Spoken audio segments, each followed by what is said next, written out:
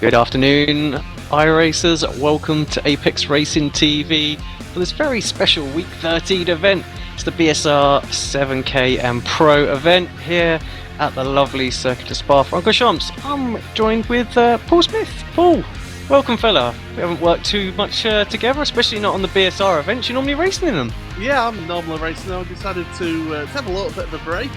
Just to sit back and help you out on the commentary.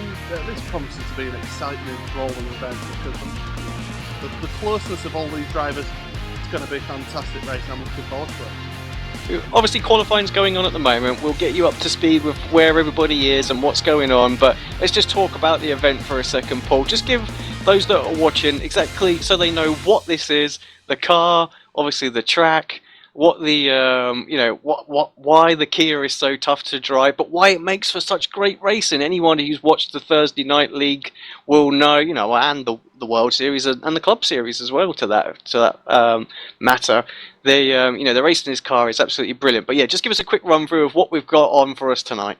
Yeah, so tonight, as you say, we're around the Circuit Spa-Francorchamps.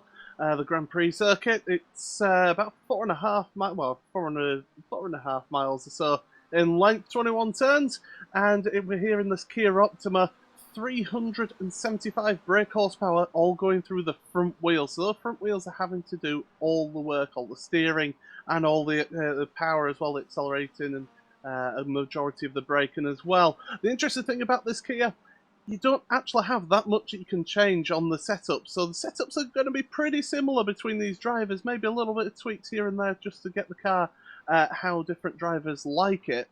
But because you've got so little variation in the setup, and also because it's not aero dependent as well, you've got you can have close racing, so you can follow each other closely through the corners. You can get those runs out of corners to be able to make those moves, and there's a good slipstream with this car as well because of its aerodynamic properties. So certainly we're going to see plenty of close racing. Of course, this field of drivers, we normally have such a high quality field in the Pro Series. This season is one of the most competitive seasons we've seen so far in BSR history. But tonight we've got extra pressure on these regulars. There are some of the regulars here. There's Ashley Sutton. He's racing, of course, British touring car driver for MG. But you've also got a load of pro drivers and drivers over 7,000 iRacing as well. People like Graham Carroll, Sebastian Job, Frederick Rasmussen, Martin Kroenke, one of the big names there involved in this. So we've got a wide variety of drivers who maybe aren't used to this Kia, but are proving that they're adaptable to different cars. Yeah, it's going to be interesting to see how it all pans out. We're just hearing actually that your mic is a little bit low. I don't know if there's anything you can do on your end. I'm not sure I can from here looking at anything. I'll certainly give it a go, but that's yeah, better. That's better. good. Instantly, that's back to how we were during the test. So thank you very much for that.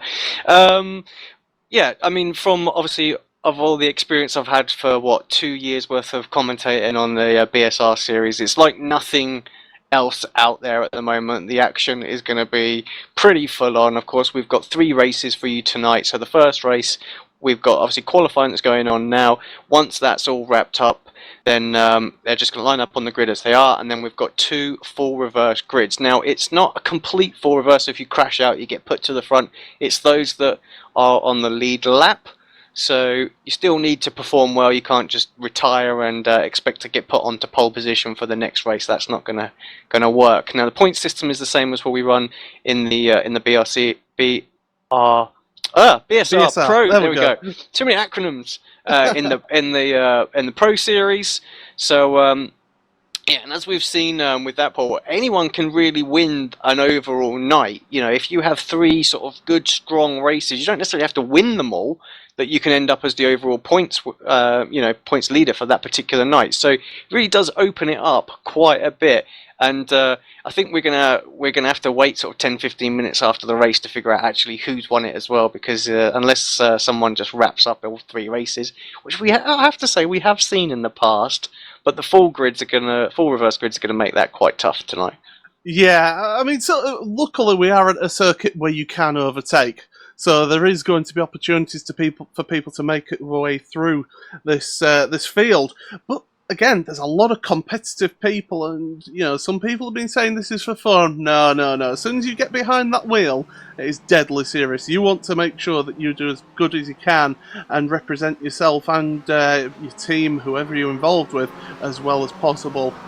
So really, we're going to see some close racing. We're going to see maybe a little bit of door banging. I think a few of these drivers who have not driven the Kia before are not going to be used to the little bit of door rubbing, a little bit of wing mirrors getting pushed in and whatnot. So I think that's where the experience of the Pro Series drivers and those who have driven the Kia before, like Sebastian Job, I think that's where it'll really come to the fore. And as I say, Sebastian Job is experienced in the Kia, current Pro Series champion as well. So he knows how to pedal this car. Yeah, exactly. He's got a few teammates with him as well for this race. Graham Carroll, he's done a fair bit in the Pro Series before as well. So, he knows all about that, and Jamie Fluke as well. So they're pretty up to speed, and we'll have a good shot here. Ash Sutton, obviously, who's on screen right now. Pretty much who sort of like the event is for, and my trading paints is overriding the paint pack. Just what you need. Just what you need. But yeah, Sunday week 13s. But yeah, Ash is going to be very, very quickly. He's currently sat second overall in qualifying as well. And this kind of what the event is about. It's about it's the 7K and Pro against sort of Ash Sutton, isn't it? Really, is what it was put together for. So obviously, those that don't know Ash, of course, current touring car driver in real life as well. So having a great season so far, and I think after winning the Clios last year, come in and look very, very strong. And so we've got Ash, we've got 7K drivers, so 7K iRacing, and those that have got a pro license and a black stripe. Those are the drivers that are invited in, and then we've got some other drivers that have joined as well. So this is where the sort of like the BSR Pro drivers, a lot of them will be coming from, and now they've sort of paid an entry fee to get in, and that's where the prize purse has come from as well. So I'm not exactly sure how much they managed to get together for the prize at the end, but it's fairly reasonable for a one-off race. Yeah, it's a good purse, and certainly, like I say, people will be taking this seriously. They'll be wanting to win that because it's money in your pocket. That's maybe that's the auctionman in me coming out there, but certainly they'll be wanting to win. It's pride as well. Being able to say that you've beaten Ashley Sutton, touring car driver, and not only that, being able to say that say like if one of the BSR guys, say like Wojciech Savinovic or Chepolewski or Baker, if they beat some of these pro drivers, these drivers with the black stripe and that, it's a bit of sense of pride, and it's certainly something to aim for, to achieve. So it's all well and good saying it's a fun race. It's one that we're not really going to take. Drivers may not take too seriously. They will be taking it seriously because they want to beat everyone else. While I'm just updating the paints again, as we've got a paint pack for it, and unfortunately I noobed up there. Just give us a quick run through of who's doing what in qualifying right now, sort of those towards the front and group in the middle, and sort of what the back of the grid's doing too. Yeah, so at the moment, Graham Carroll is provisionally on pole with a 2 minutes 24.4 lap time. Ashley Sutton 0.3 of a second behind him in second. Now, this battle between second and fourth, there's only 0.02 of a second between Ashley Sutton, Sebastian Job, and Adair Koba Lopez. So that's really going to be a tight battle there between those guys in qualifying as we're heading into the last 6.5 minutes of qualifying. Wojciech Savinovic has moved up to 5th place just now, so he's one of the drivers from the Pro Series. Obviously, Ashley Sutton drives in the BSR Pro Series, so those guys representing that well. Frederick Rasmussen as well, another one. These are all guys, the top 6 are in the 2 minutes 24 second lap times.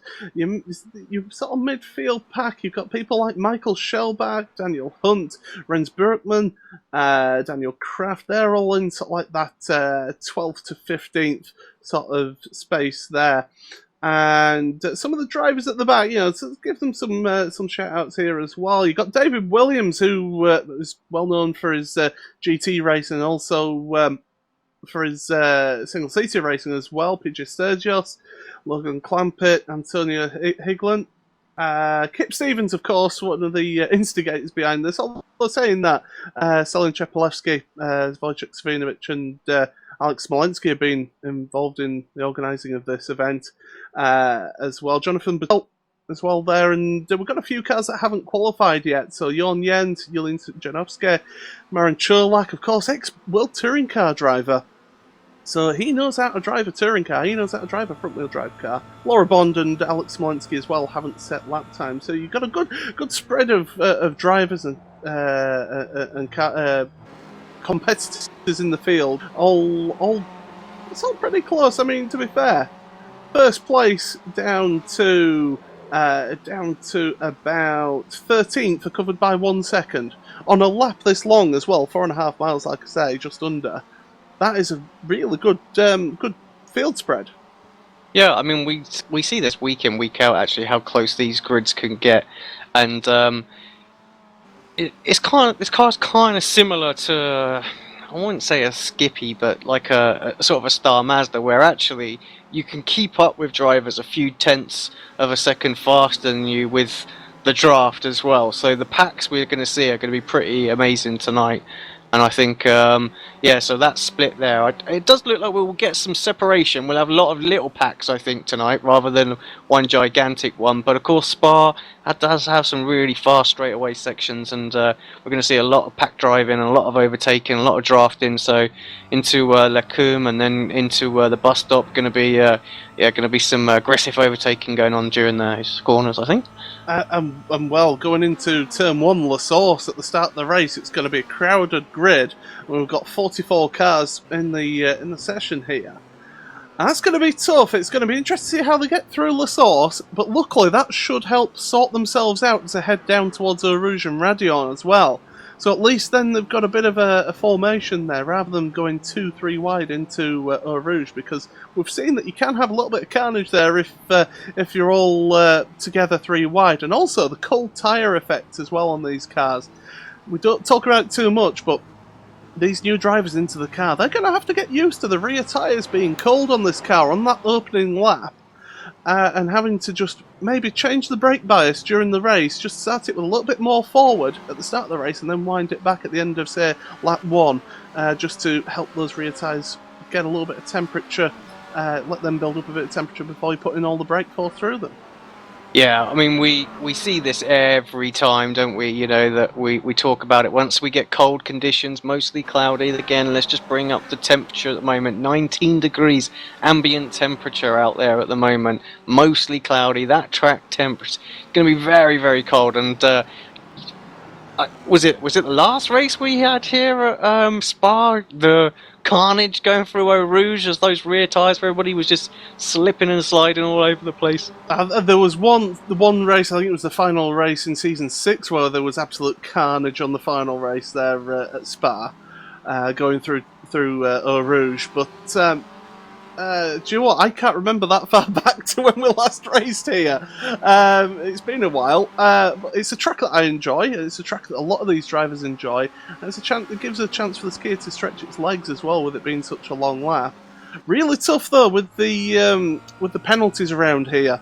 You know, you can get the off-track penalties or corner cutting penalties so easily around here because there is such wide, vast runoff areas. So going to be interesting. They've got to manage those penalties. They are allowed 20 penalty points in these races, 10-lap races, of course. So 2 per lap, really. Everyone should manage it all the way through these races.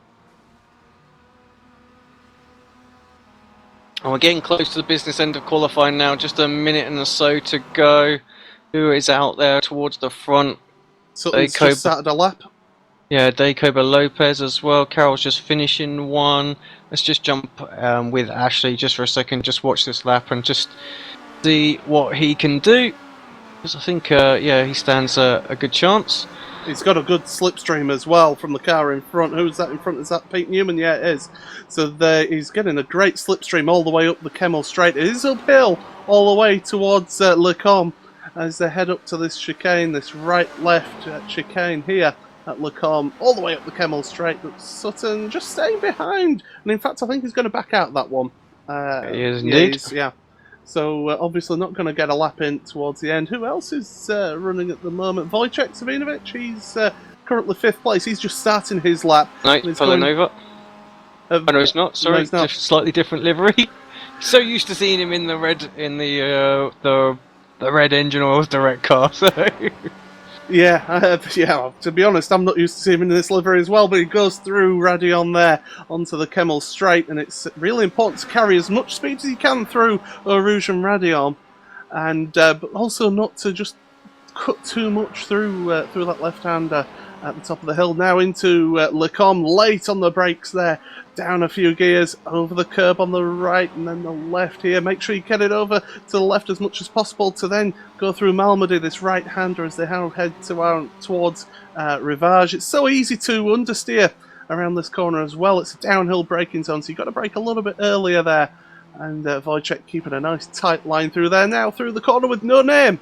This left-hander, but again, it's another corner which understeers the car. Every car that I've ever driven in, I don't know about you, Alex, but every car I've driven in understeers around that corner.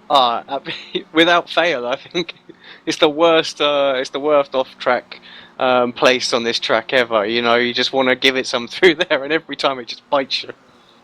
Well, he's just gone through the double apex left-hander Puo, and now up into the Fania chicane. This slightly faster chicane. He's going to be doing about 80 miles an hour on apex. Going through the left-hander here, just taking a little bit of curb on the exit there. And now into Stavolo, this right-hander here towards the end of the lap. This is where you're heading back on towards the old circuit now through it is Paul Freyer, isn't it? This right-hander here going a little bit wide there. Will he have got an off-track penalty as he goes onto the old track? And yes, he has. He's giving up that lap.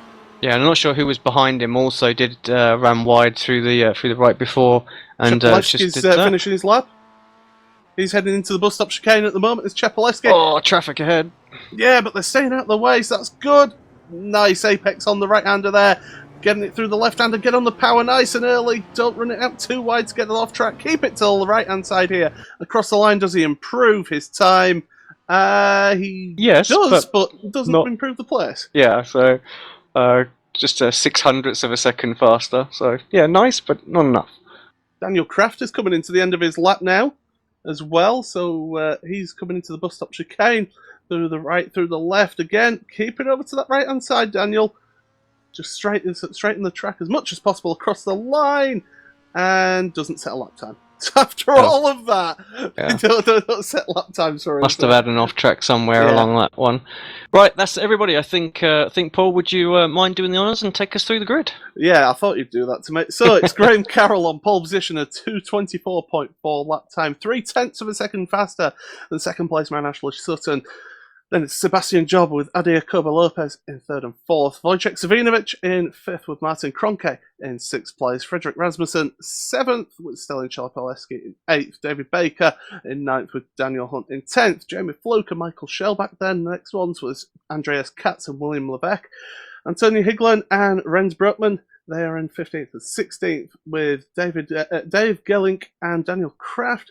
Christian Kiwanowski and Steve Hefford in 20th place.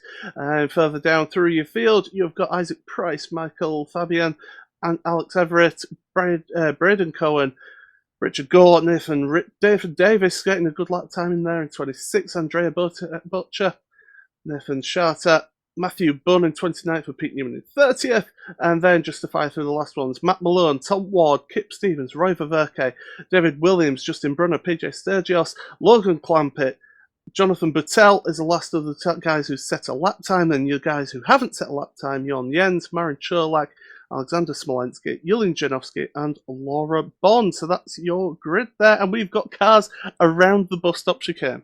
Give that man a medal for getting his way through that, I have to say. I knew you were practicing them, when we were off air, so I thought I'd let you have the honour. Yeah, thanks for that. You see, that's the trick I usually do to Adam Bath on the Sunday night club series, but there you go. And Adam's so good at it as well, so... Yeah. Just waiting for all the drivers to make to the grid. We can already see that people are going to start around the bus stop here as well. Look at that already. People lining up. He's in the worst possible place, I think, for starting. And the thing is, there's going to be Laurabon behind him. So really, I think that's just a case of surviving. I think these guys are just going to try and survive, stay on that lead lap. It's going to be a different ethos between the different drivers. You're going to have drivers who are going to be pushing for the win, but those further towards the rear, they're going to be trying to sort of look after themselves, keep on that lead lap, so that they can then get a good starting position in the second race. Remember, reverse grid as well after this race, so just because they haven't qualified well, missed out, there's still every opportunity depending on where they finish up. Then we're just waiting for the final few drivers just to take to the grid. Unions, Laura still not out there. Who else have we got? Smolenski, but I don't think he's doing the run.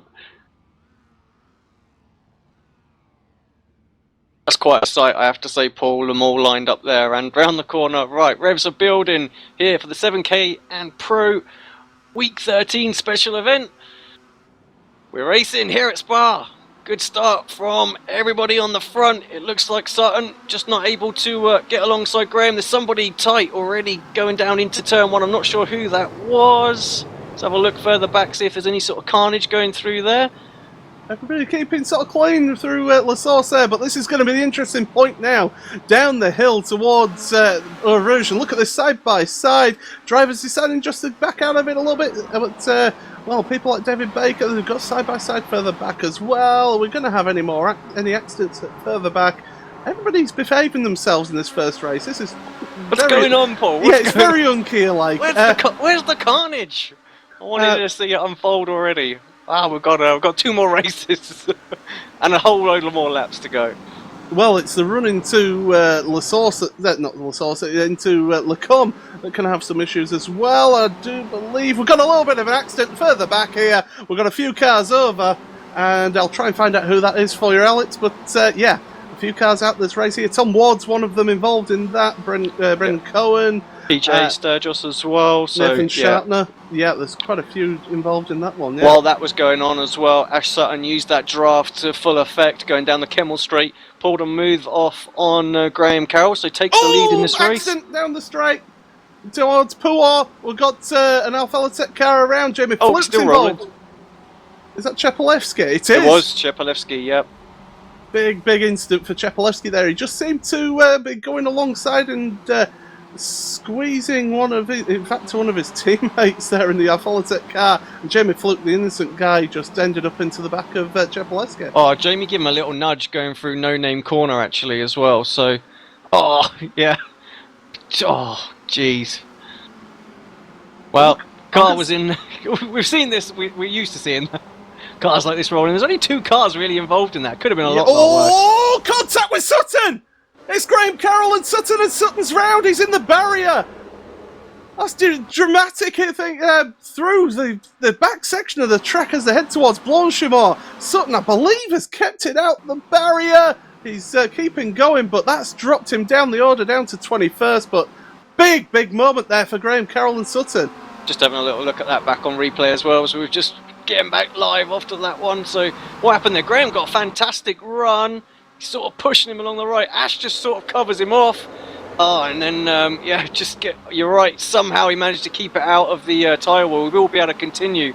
He has rejoined in 19th place, but yeah, weird. It kind of bumper to bumper contact there, and Sutton come off worse, and we've got a, who is that's around there on the inside? That looks like, I think it might have been Andrea Boccia. Looks very slow coming off there in the Coanda car. He's getting smothered a little bit as he goes through Eau Rouge too. Yeah, he is, and up through Radion on the exit there. Running wide was Pete Newman, was it, ahead of this grip? There's just a whole gaggle of cars here. Further back, we've got one of the Grip TV cars in there. He's got Matthew Buns involved in this line. Well, we've got one of the Coanda BRS Coanda cars. That's David Williams just going down the inside. But yeah, you don't want to be out front too much on if you're really close going into Eau Rouge, because that slipstream all the way up the Kemmel Straight will really take effect. But well, the man out the front, Graham Carroll, he's already gapping out to Sebastian Job in second, 0.7 of a second between them. But battles all the way through this field. It's fantastic racing so far, Alex. there's some names at the front of that field at the moment right now. When you just look at the top 10, so Carroll, Lopez, Job, well, obviously Job, then Lopez, sorry, that position change, Svidovic, Kroenke, Shellback, Hunt, Baker, Katz, Kraft. I mean, we know a lot of those very experienced Kia racers as well. But Baker going side by side. Some new names as well. Let's just jump on Dan board with Hunt. Baker. Yeah, he's going down the inside of Dan Hunt through Stavolo, and now he's still alongside going into Paul Freya. And that's going to slow them up, and that's going to allow Andreas Katz to get the run now out of Paul Freya. And he's looking to the outside now of David Baker, now cutting back to the inside. He's trying his best to get past, but Dave Baker still in that slipstream of the car in front, Dan Hunt, and they're going to go side by side behind Katz and Kraft it is. And through Blanchemont they're going. We've got side by side as well with Baker and Hunt going into the bus stop chicane. Baker later on the brakes there. He's going to have the inside for the second part of the bus stop, but he's going to be slower out of it. Hunt, a little bit of contact with Katz there. Katz getting out of it, but Baker, the big winner out of that, getting ahead of Hunt. Yeah, all that racing there as well has allowed Jamie Fluke to catch up onto the back of that little pack. Higlin up the inside of Andreas Katz there as well. Who have you got just behind that? You've got Renz Brookman as well. Dave Geelink's in there as well. So it's crazy field right now. Ashley Sutton up to 17th now, as behind Nathan Davis and Alex Everett were going to I believe, was Alex Everett? No, it was Isaac Price and Nathan Davis were going side by side. But yeah, Sutton recovering after that contact, up to 17th so far. And, well, he's in the draft of the cars in front. But look at this field going down into Lacombe once again. Three wide going into Lacombe. Oh, that's Katz, Higlin and Kraft, I think that was. Somehow they managed to make that one work. And they all sort of survived going through there. I'll tell you what, up at the front, Sebastian Job has got his foot down. He's 0.2 of a second behind, so he's putting the pressure on Graham Carroll here. We've got about 7.5 laps remaining in this one, but really it's going to be a good, tough battle between the teammates, the Apex Racing teammates, certainly pushing each other all the way. As much as I would love to watch that battle right now, because, you know, I'm completely and utterly biased, but I can't step away from this action that's around about 10th place right now. Yeah. It's just a crazy pack. They're so close at the minute. This is brilliant racing. Yeah, it's fantastic. You've got about 8, 9, maybe 10 cars involved in this one as well. Daniel Kraft is trying his best to get past Andreas Katz, but behind him, Antonio Higlin is also trying to get past him, and behind him it's Renz Brookman. So you know, those 4 cars there, very competitive cars, all different teams there represented, and they're all battling away. But Katz, they've dropped back from Dan Hunt and Dave Baker, so Dan Hunt and Dave Baker are in a bit of a no man's land between the 2 battle packs, between the lead pack and this pack for 9th, 10th, all the way down to about 17th. Yeah, just that little bit of battling that group had there as well. It was just released, you know, Baker and Hunt there a little bit. They're still sort of in drafting range of Hunt, so if they can get a good couple of corners here, if Katz can just get no pressure, I say no pressure, there's Kraft got much better exit out of the bus stop chicane this time, and it's going to put a little bit of pressure. It's going to try and maybe go around the outside. Is he through here? Don't think it's going to happen. No, contact. Little nudge, and Antoine just goes, well, thank you very much, lads, I'll take that. Yeah, ever the opportunist down the inside there. If you're gonna have be behind these guys, then there's going to be a little bit of mistake. And Antoine now ahead as they go into Eau Rouge once again. It's not a flat corner. Job looking close. Carroll feels the need to go with just a tiny little bit of defensive from his teammate. I dare say they're in communication with each other right now. Svidovic closes up as well. We know that the Svidovic and Job, they had that battle through the very first ever Pro Series that was televised.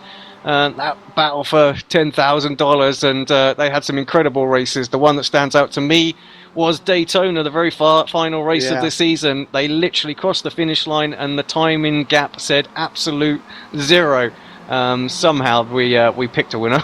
Yeah, and unfortunately the championship finished the way it did, with Katz losing out there. Savinovic as well involved in, like I say, all the way through that championship battle. So he's a man who's got pace, is Savinovic, and he's getting onto the back of this battle here. But look at this, Job and Carroll absolutely neck and neck. and through the Fania chicane they go. Carroll just using a little bit of braking there, just to maybe just trail brake the car around, just to get that back end a little bit around the corner. Job not using the brakes there through the Fania chicane, and now there's a head down towards the old circuit once again as they head on the run towards Blanchimont, and it's still neck and neck between them, Alex. 10 laps, 20 incident point limit here as well, just in case you were wondering. So it's not like they can back, by the way. Just take the mick. Yeah, where is Katz? He's down in 24th. I'm going to find out what happened there. That must have been. I'm just hearing news actually that there was a crash that we missed as well. Yes, so that it was. Could it well was have up been at it. Lecom. So you had the VRS Coanda SimSport car getting to the side of him. Katz went round, and there was a whole manner of cars involved in that one, and Katz had to get out of it one. So big involvement there. Janowski must have had some problems on that lap as well, because he just must have towed back to the pits, because all of a sudden I saw a lead car dropping down through my live timing screen and got a little panic on. But no, he seems like he's okay. Shellback trying his absolute best to get onto the back of this pack. Not quite managing to do it yet. 1.5 seconds back. Hopefully he can get there. We know how quick Michael is. If he can get up to there, we'll have a 6-car run for this lead. I'll tell you who's on the move here as well, now that he got past Katz, is Higglin. He is caught up to Dave Baker and Dan Hunt in one lap. He is now half a second behind Dan Hunt. So he's really going to start putting the pressure on, because he's in that slipstream going up the Kemmel Straight, and that's going to be interesting to see how he goes on with Dan. If he can pick off one driver at a time, he could move forward in this field yet. Yeah, a little, looking at his lap time, it was a 25.7, where Hunt was a 26.9, so much quicker. Oh, Savinovic, he's looking going into no name corner. Not able to get alongside enough, so gets out of it for the time being. But Adair Cordoba Lopez, he's looking at the back of Savinovic now, and if these guys are starting to fight with Job, they need to start working together to get back up to Graham Carroll, because Carroll is just inching his way away from them here. So they need to work together to maybe get themselves back up to Graham Carroll. Yeah, I think Job there just took an off track there just to be able to defend from Svidovic there. So he's got some to play with obviously 20, and I think he used one quite tactfully there, and or tactically even. I'll get my teeth in order. But yeah, Shellback now 1.2 seconds behind the back of Kroenke's Kia, and I think any minute now he's going to be able to suck back in using the draft. A great lap time from him the last time by as well, 25.2. So lapping very quick indeed. I think we're going to definitely see 6 cars in this, but Baker dropping back, just not able to lap at the same pace, 26.7 for him. So I think you're right. Baker, Hunt and Higglin are going to be fighting it out for 7th place. Yeah, Renz Brookman closing in on Dan Kraft as well. We can see, will he go for a move perhaps into the bus stop? No, but there's a bit of concertina going on in there. And who was that? I think that was Alex Everett giving Dave Geeling a right old shove. Somehow Dave holds on to the car and the position as well, although he has dropped back all of a sudden from Renz, and he's going to find it very difficult to hold the position as they go into turn 1. Can he hold it? He's made the back end of that Kia. Fluke goes up the inside of both of them as well. No, don't go 3 wide, please. Great driving, I have to say. He's going to have to hold it through Eau Rouge. Is anyone going to give? Is it going to be carnage? Oh, he does give completely. He's going to compromise himself going up the Kemmel Straight though, because look at that behind him in the Bilstein car. That is the 28 car, and also one of the. Who is that? With him, Pete Newman as well. So Kuanetsky and also Pete Newman there involved in this one. Going down the inside now. Number 28 car just trying to hold that inside line. Jamie Fluke holding that line, but he's not going to have the inside Ren Malmedy, and that's through. The 28 car up to 14th place now. Just give there so he could survive, and he ended up losing 3 places. So yeah, it's probably the sensible thing to do. As just a little bit of contact there, but Pete Newman now up the inside as well, so they make that 4 places. Oh, Pete's using the old cold shoulder there, pushing him out wide there through no name corner, And now as they go into Pool on this double apex left-hander, you can carry a little bit of speed, but in this Kia it just understeers around the outside. But Fluke is going to do it fantastically, and he holds onto that place ahead of Pete Newman for the time being. And behind them, Nathan Davis now is looking to try and get involved in this one with Pete Newman. They're going to make contact. In fact, they do, and Pete, off the track he goes back on. He's going to carry on, but loses that place to Nathan Davis. And look at that behind. Matthew Bunn now involved with Pete Newman. So Pete dropping back now. How easy is it that one little mistake drops you back a few places? Yeah, Richard Gore getting in on there as well. Doing great job in the Pro Series right now. Botcher just behind him. Dave Williams as well. Maron Kolak behind them. Just he's lost touch of that pack somewhat, but he come from the back, I believe. So, you know, good drive from him. Just having a look at Kraft and Renz right now. Renz must have got Kraft on this lap. We must have missed that, but yeah, he's up and through and into top 10 position. Higglin closing right in on the back of Daniel Hunt now, yeah. And yeah, Baker just trying to pull away, but can't quite do it. Hunt's using the draft well. Yeah, Dave Baker's a bit of a sitting duck, especially up the long straight, like at Kemmel Straight, and also down towards Blanchimont as well. Because he hasn't got that slipstream in front of him, he's creating that hole in the air that the guys behind Hunt and Higglin are using to such great effect as up we go up the Kemmel Straight again. Interesting to see the leaders are actually catching up to a little bit of back markers as well, so hopefully for the leaders' sake that they don't get involved, but for our sake we would like a bit of a spiced up action, wouldn't we, up the front? I could imagine the radio chat. I tell you, if they get in the way, there'll be some stern words. Well, they'll be desperate to stay on the lead lap, that's the thing. Well, of course, because there's them for the reverse grid, isn't there? 4 laps to go. How far are they behind? Yeah, can't see that. Who is that in front right now? Justin Brunner, I think it is. Justin, yeah.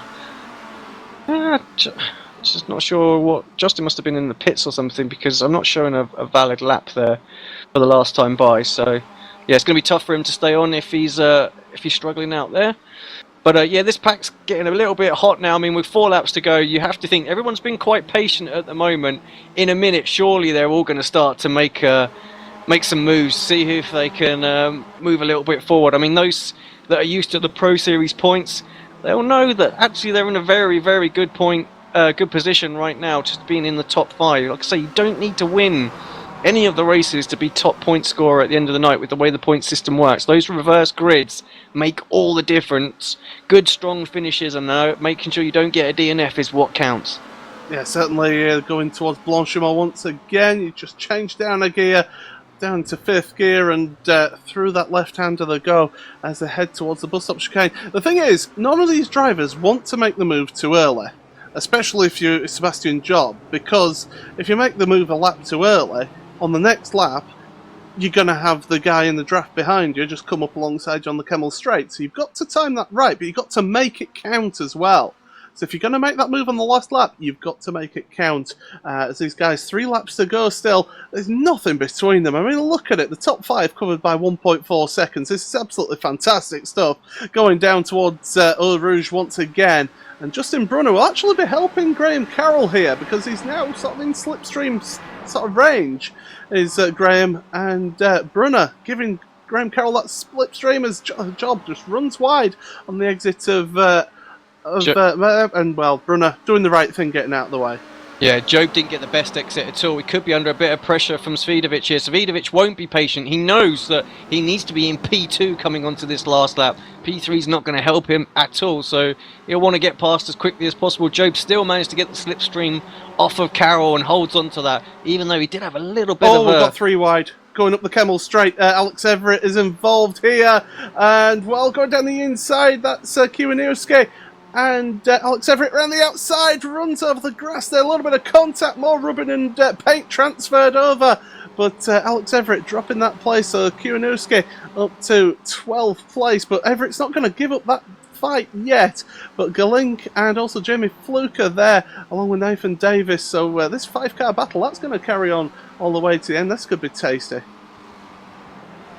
Yeah, great little bit of action. Well, there's action all through. We haven't been able to capture everything, and I do apologise for everybody who was a bit further back that Hasn't had too much airtime right now. If you're not in that huge pack earlier on, or the front pack, that's still just trying to go at it right now. Not been a lot of lot elsewhere. Savinovic had a bit of a rough time of it through the twisty section. He's dropped back a little bit. Lopez looked very, very close for a moment there, and I thought he was going to try and do something, but couldn't quite get it done. It just looks like everybody's slipstreaming each other. I mean, are they being patient? I just don't think... Oh, look at the run Savinovic got there through Blanchimont on Sebastian Job. Job's got to go defensive, and he does indeed. Through the bus stop, will Savinovic hang it around the outside. Still got his nose up the inside. That is exactly what he wanted to do. And Job has to run a little bit wide, 3 wide. Lopez knew exactly what was going to happen. He's got the best run of all of them. Oh, Savinovic just covering off that inside line there from Job, and Lopez has made it past. And look at that, down the inside of Lassos there. Great move there from Lopez to Aiken ahead. But that's giving Graham Carroll a bit of a breather there. He's pulling away, but look at that behind as well. Kroenke and Shellback side by side, deciding to against it for the time being with Kroenke and Job. Well, he's down to 5th, from 2nd to 5th. You know, it just goes to show you what can happen. He'll want to try and get back past as quickly as possible. He does get a run on Martin. Martin trying to use Svidovic for the draft round the outside. Job's going to have to go. It's not easy to do. He's going to try it though. He's got it. Look at that side-by-side racing. That is fantastic from both of them. It's not over with yet. Kroenke's got the advantage here, and he'll carry the advantage into the downhill. Tight right-hander. Who's going to be the best on the brakes? Still possible to go around the outside here. Job is attempting just that. Martin's trying to defend. He's got into no-name corner. I think Job's got it. He has. Wow, what racing between those two. No contact between either of them. That's fantastic. Side by side for absolutely fantastic. Kroenke just looking towards Puor there, but you can't really make the move stick in this car through there, and you're going to slow yourself up if you go too deep into there. But yeah, now Lopez, he's in that 2nd place, and he's trying to get that gap back now. We've got 2 laps remaining, so he's got to get that gap closer, really. He's got to be within 0.4 of a second of Carroll going onto the Kemmel Straight. Yeah, and Carroll using the exit curb there as well, and the AstroTurf, so he knows now it's really go time. Don't worry about, you've got 2 laps to go. You know, use the limits where you can, and try and keep that gap. It's still 0.9 of a second, and that's what's all important at the moment. Like I say, we're keeping an eye on that. It's closed down a little bit as we go through Blanchimont. A little bit wide there for Carroll. Lost a bit of time. Actually didn't. He gained a bit of time there as we're looking at the live timing screen. He knows that he needs to keep that 0.4 away. Yeah. Good. Oh, great bus stop for Lopez. Doesn't get quite the good exit. Carroll pulls away again. I think he might be safe. Not over and done with. There still might be a move potentially going into the bus stop, but we'll keep an eye on that time. Svidovic might be close enough to Lopez to be able to put a move on as well, and Kroenke's definitely close enough to Sebastian to do a move, and Shellback is finally involved in this group, just 0.7 of a second back. He's been struggling all race to get there. He's going to get it done on the last lap, but not be able to put anything, not be able to pull anything off, I don't think. Lopez using all the curb and a little bit more through Eau Rouge and Radion, and well, Graham Carroll trying to just get rid of the slipstream from the car behind. Lopez isn't close enough, but the car that is close enough behind Job is Martin Kroenke, but not able to make a move going into Le Com. So these cars, well, Lopez, he needs to get right up behind Graham Carroll now. We saw how good a run through Blanchimont that Lopez can get, as well as Savinovic. So this one isn't over yet. Interesting note, Daniel Hunt has just made it back past Higlan, although they're going side by side through Malbody, and they're heading down towards Rivage, and Higlan just holding that outside line. Is he going to do the same as his teammate? Well, he does it before the corner with no name, and Hunt will have to just hold back on that position for the time being. That one's going to the end, is that battle. But it's this battle at the front. It's really intense, and 0.6 of a second. Lopez not catching up that gap that he needs to Graham Carroll. Carroll very good through the infield section, pulled a couple of tenths of a second away, so looks good. And Svidovic is is closer to perhaps make a move, and you have to think that he'll probably do that into the bus stop if he gets half a chance. Kroenke getting ever closer to Job as well, so there's little gaps forming between them, and that can make all the difference between the draft. So as Svidovic runs extremely wide, extending as much as he needs to there to carry all the speed he can. He's very, very close to Lopez here. Yeah, through Blanchard on the go, this left-hander. Lopez is not quite close enough to make the move for the lead. Savinovic didn't quite get as good a run there in the exit there, so not able to make that move through Blanchard as they head through the bus stop chicane now, Alex. Yeah, here we come. Just across the start-finish line. Graham Carroll takes the opening race of the night. Great drive from him, followed by Jacob Lopez, Wojciech Savinovic, Sebastian Job, Martin Kroenke, and then we have Michael Shellback, Dave Baker, some 7.5 seconds back. Here he comes across the start-finish line. That battle, look at that, between Antoine Higlin and Daniel Hunt. Daniel Hunt, who disappears off my timing screen, just to confuse me. Yeah, 0.2 of a second between them at the end there. We've still got battles going on to the end as well. And Richard Gore was pretty close to Matt Bunn towards the end, but not able to make a move stick. And just having a look, Rover Verke. Oh, look at this on the final corner as well. Have at it, guys. So, Steve Hefford, Kip Stevens involved in that one. Galink as well, Jonathan Battelle. They're all involved in that, as long as William Levesque, as I said. Rover Verke. Oh, contact! Tom Ward just got sent. That's the classic rear quarter panel move there. And look at that Katz just going past Tom Ward there. He's down in 26th place at the end here. So that incident up at Le Com really cost Andreas, cost him dearly. Well, I think that is it. I just want to confirm one point as well, because there were some questions asked. We have 2 more races to go tonight, so don't go anywhere. If you enjoyed that, we've got 2 more of that. Now, what we've got coming up next as well is reverse grid as well. So everybody on the lead lap is going to get reversed for the next one. So the likes of Carroll, Lopez, Svidovic, Job, Kroenke, they're all going to have to work their way from... where was the lead lap? Well, the lead lap is still going on. Nathan Scharner is the Schartner is the last of the lead lap runners at the moment. He's down in 36. 34. Oh, okay, yeah, sorry, 36. So yeah, wow. Our timing screen is going a bit crazy. Ashler Sutton, of interest, by the way, finished 33rd. So obviously, having that incident, maybe just deciding, instead of trying to fight his way back through to get the good position in race 1, maybe deciding just to back off and start further towards the front, because he obviously feels he has the pace. He started second in the race, so maybe a little bit of tactics getting involved there, Alex. You know, I wouldn't put it past Sutton. He's a crafty one. Yeah, no, and then of course you just got to put off a good race at the end, you know, and could be there for the points. So, yeah, so here comes the final. So, yeah, 36th place then. So, yeah, so Carroll's going to start. That's going to be a long, long way back. He's not quite going to be going sitting on sort of the bus stop chicane for the start of this one, but it's going to look like there's a lot of cars ahead of him. Yeah, so to run you through the results then, if you want, we've got Graham Carroll then, the winner of that race. Second place was Adair Cordova Lopez, 2.2 of a second behind at the end there, with Wojciech Savinovic in third. Sebastian Job finishing in fourth place with Martin Kroenke right behind him there in fifth. Michael Shellback in sixth. David Baker finishing in seventh with Antonio Higlin in eighth place. Daniel Hunt in ninth with Daniel Kraft rounding out the top 10. Then the next group of cars, you had Renz Broekman in 11th with Christian Kuanowski. I do apologise, by the way, Christian, if I'm pronouncing your name wrong.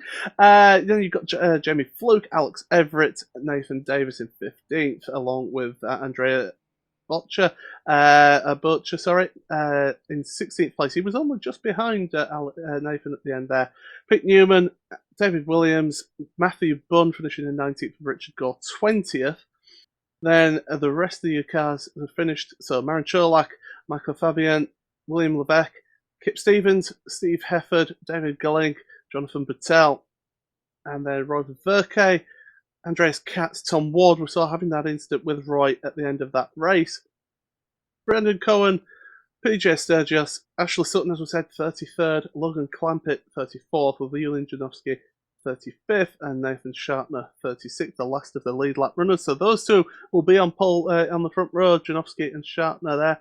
And then, guys, lap down or more, you've got Justin Brunner, Matt Malone, Isaac Price, Stelin Chepalevsky, who we saw having that big moment down towards Pool, and another one of the big names, Frederick Rasmussen as well, finishing 10 laps down. So those are the guys who ran in that race. And Alex, absolutely brilliant racing, but we expected nothing less.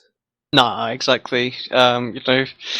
We've seen this sort of action week in, week out, and yeah, it's brilliant. And some new names in the mix as well. It was good to see, and it's great to see that they were able to compete as well. So, yeah, brilliant race. Thoroughly enjoyed that as well. And yeah, I think Carroll really there. He loved that 2 laps to go, didn't he? Down into the bus stop chicane. That move that Savidovic pulled on Job, which allowed Lopez through as well. That basically meant that he had no pressure really for the last 2 laps. He just had to do his thing and make sure he didn't make a mistake. And it was good. And Savidovic couldn't quite get back past Lopez as well, so he'd been trying so hard to get into second. And yeah, it all backfired. Lopez just pounced just at the right time. Great driving from him. Yeah, certainly one of the big winners of that one. I will say a special mention, Michael Shellback gaining 6 places in that race there. Higlin as well, 15th to 8th as well, so fantastic driving from there. And Dan Kraft finishing in 10th after starting 18th, so some big movers and shakers there. Marin Cholak, though, certainly has to be one of the biggest movers and shakers. 41st on the grid to 21st. Great racing from him. Right, so just so everybody knows what's coming up, obviously we have got 2 more races. The admins, of course, have got to sort out the reverse grid. So we're going to go for a quick, short commercial break. Please don't go anywhere. Stay tuned. We will be back as soon as we can get the other server up. Yeah, as soon as that's good and up and ready, we'll jump back in and we'll take over from there. There'll be about 10 minutes of warm up before the race usually is, just to get everybody into the session, into the server and sorted, and then yeah, we'll go racing for round 2 where we'll have 36 cars reversed and on the grid. Oh, it's going to be that's going to be fun. Let's see if we get clean lap 1 on that one as well. Well, possibly. I'm not holding my breath on that one. Right, guys, stay tuned. We'll be back in just a short moment. And yeah, from myself, Alex Simpson, and Paul Smith here. We've thoroughly enjoyed race 1. Stay tuned. We'll be back for race 2 in just a moment.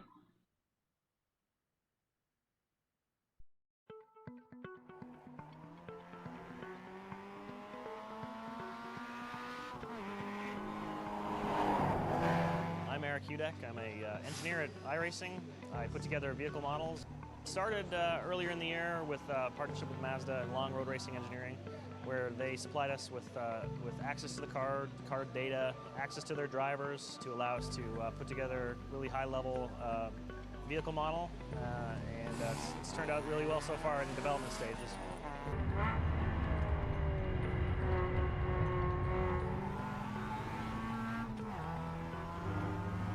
These new MX-5s are incredible. Between the BF Goodrich tire and then all the suspension engineering that Long Road Racing and that Mazda has done, I've been very fortunate to be one of the lead development drivers for the new Global MX-5 Cup car. We've done a lot of R&D on not only suspension, but things that will not only improve the safety of the vehicle for racing, but also the longevity of it in a racing environment.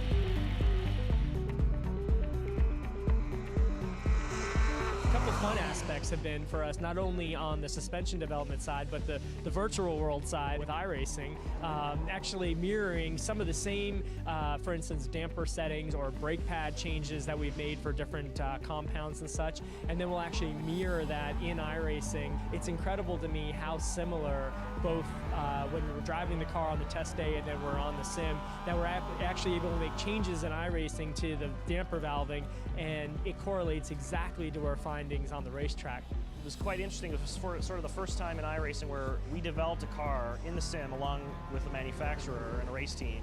Generally speaking, a team or a manufacturer will send us a data dump of information covering everything from tires to aero if the car is set up that way, all the mechanical bits. The big difference is those cars are generally already in production or already racing, and this go around it was essentially from scratch.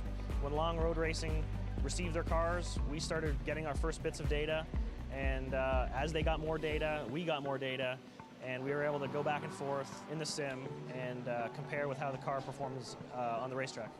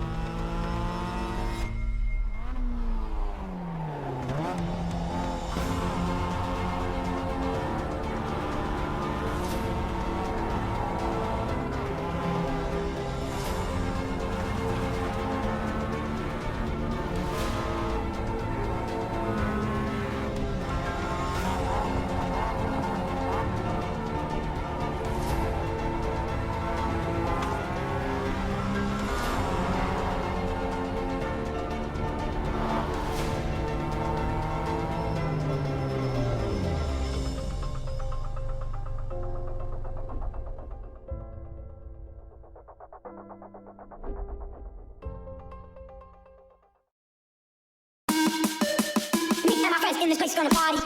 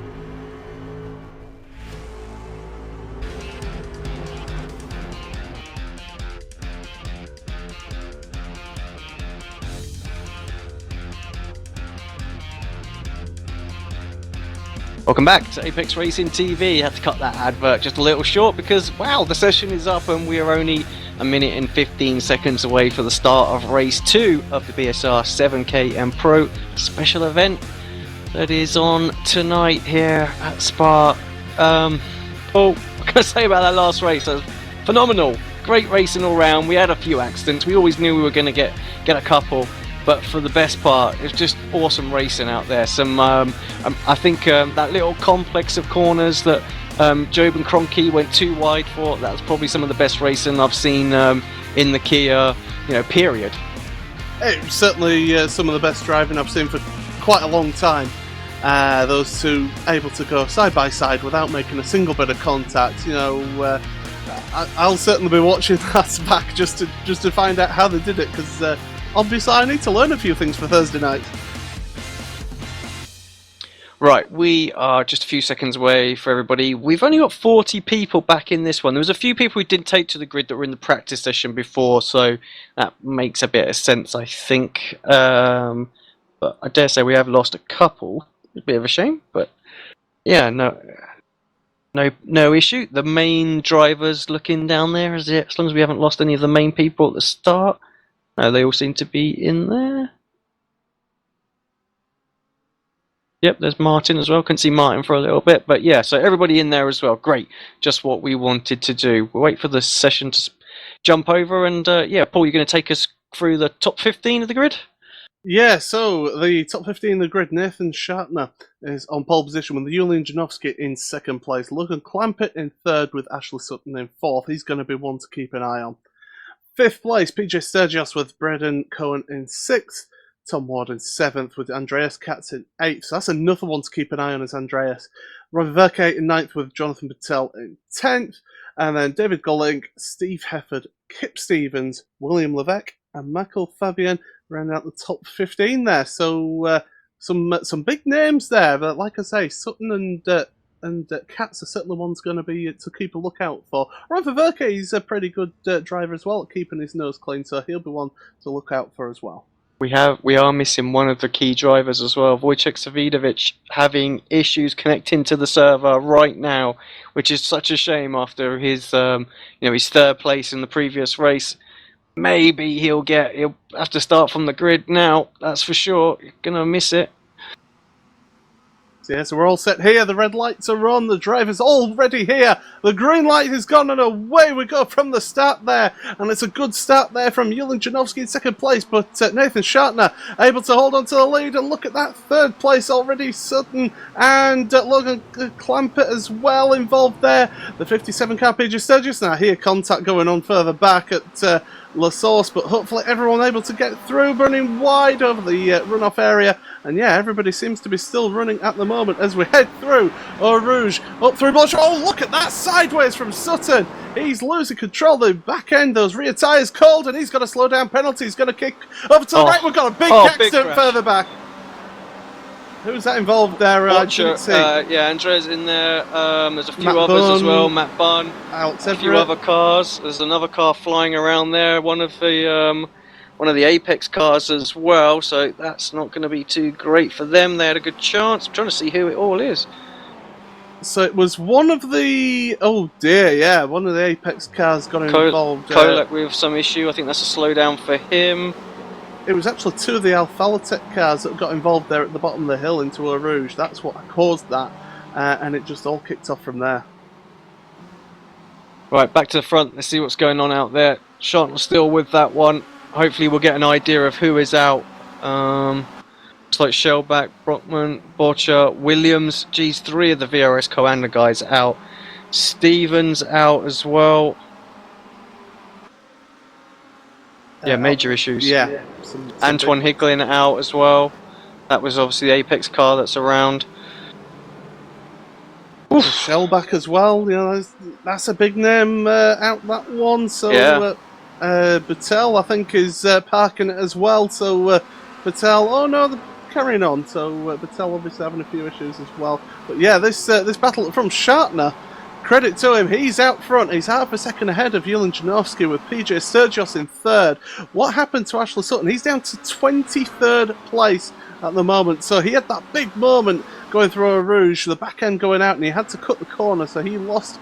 He had to slow down, serve that slow down penalty, but he's now back up and running. But yeah, some big names involved in some of those accidents. But Julian Janowski trying his best now to catch up to the back of Shartner as we end lap 1 here in this second race. But Shartner doing a fantastic job there, leading the lap there as well. Janowski looking, just getting his car in the mirrors of Shatner, looking to the inside. Oh, a little bit turns of him. contact. Well, it was always going to happen. A little bit of contact on Janowski from behind as well.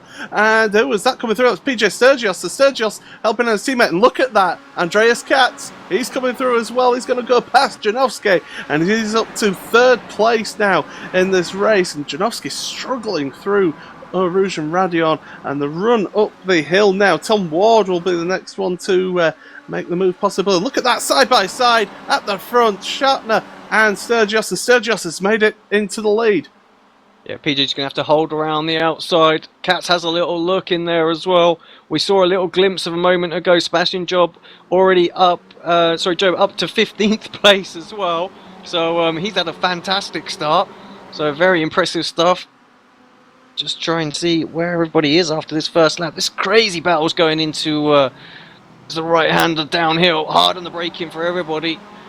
Just think there was a couple of people having a little look for a move. Nothing coming off anywhere. Graham Carroll's on the inside of Sutton. He's trying to make that move down the inside of Rivage, and he's done it. And there's contact further back as well involved there. So, yeah. Big. This is the race that we thought that we would have the action happen, and well, it's certainly happening in buckets and spades. Certainly out there, all playing about in the gravel traps today. Oh, Isaac Bryce just gets nerfed out wide there. I'm not sure who that was that he was alongside with right there, but going through poo on there, turned in, just gets no, thank you, sir. Just a little wide there. Oh, who was that sideways as well? Matt Malone, I think, was it? Or no, it's Logan. Logan, yeah, just a little bit sideways there as well. Manages to keep the car pointing forward, and just rejoins just behind Matt Malone. Oh, Katz! Look at Katz now. He's trying to look down the inside into Blanchimont. It's a brave move if you can make it, but he's certainly looking. And look behind as well. You've got Janowski. He's trying to make the move on Katz now, and you've also got Tom Ward involved in this one, and drivers going deep into that bus stop chicane, and we've got about 8 or 9 cars involved in this battle at the moment for the lead. They're all together, but everyone still keeping going relatively undamaged. We saw Janowski just having that little bit of contact at the end of the last lap. And, well, Katz and Janowski still going side by side, and Janowski the better run out of La Source, but Katz will have that slipstream up the hill, up the Kemmel Straight. Yeah, and Nathan as well, maybe sizing up his teammate for a little move. Both drivers here done a great job. PJ, not quite sure what happened to PJ in the first race. Certainly got reasonable pace out here right now. Pulling away a little bit from Nathan, so I'm surprised to see him down there. Janowski having a little look as well. Got a great run. It's alongside Katz. Katz is going to have to go around the outside. Oh, Janowski very, very tight. Tom Ward trying to get around the outside as well. He gets that move complete. Great driving from him. Janowski did well, not just to run on into the leaders there for a moment. And Levesque as well able to get ahead of Cohen. So he's up to 7th place now. We made that position up. But we've got battles all the way through. We've got Pete Newman and Richard Gore. They're battling away. And Gore is also with Steve Hefford. So Newman's dropped back a little bit, actually. He's behind Rasmussen, Kraft and Job. So Job up to 14th place now. So he's been moving through this field well. Martin Kroenke there behind Pete Newman in 16th place. And Graham Carroll with Ashley Sutton down in 21st, 22nd place. Yeah, those two are just exchanging positions at the moment, aren't they? Fighting each other rather than trying to get through the pack at the moment. So, but yeah, still doing a great job, like you say. 21st, 22nd. You have to think, looking at the people ahead of them, they can still move forward. But it's starting to get tougher competition. You've got Chepelevsky, then like Baker, Fluke. Then you're up to like Kroenke, Newman, Job, Rasmussen. I mean, these guys are just not going to be easy to overtake. You look at these reverse grid races. Normally, you think, oh yeah, they can move forward another 5 or 6 places. But when you start looking at that, it's going to be difficult. This battle at the front as well. Katz is looking to the outside into the bus stop chicane.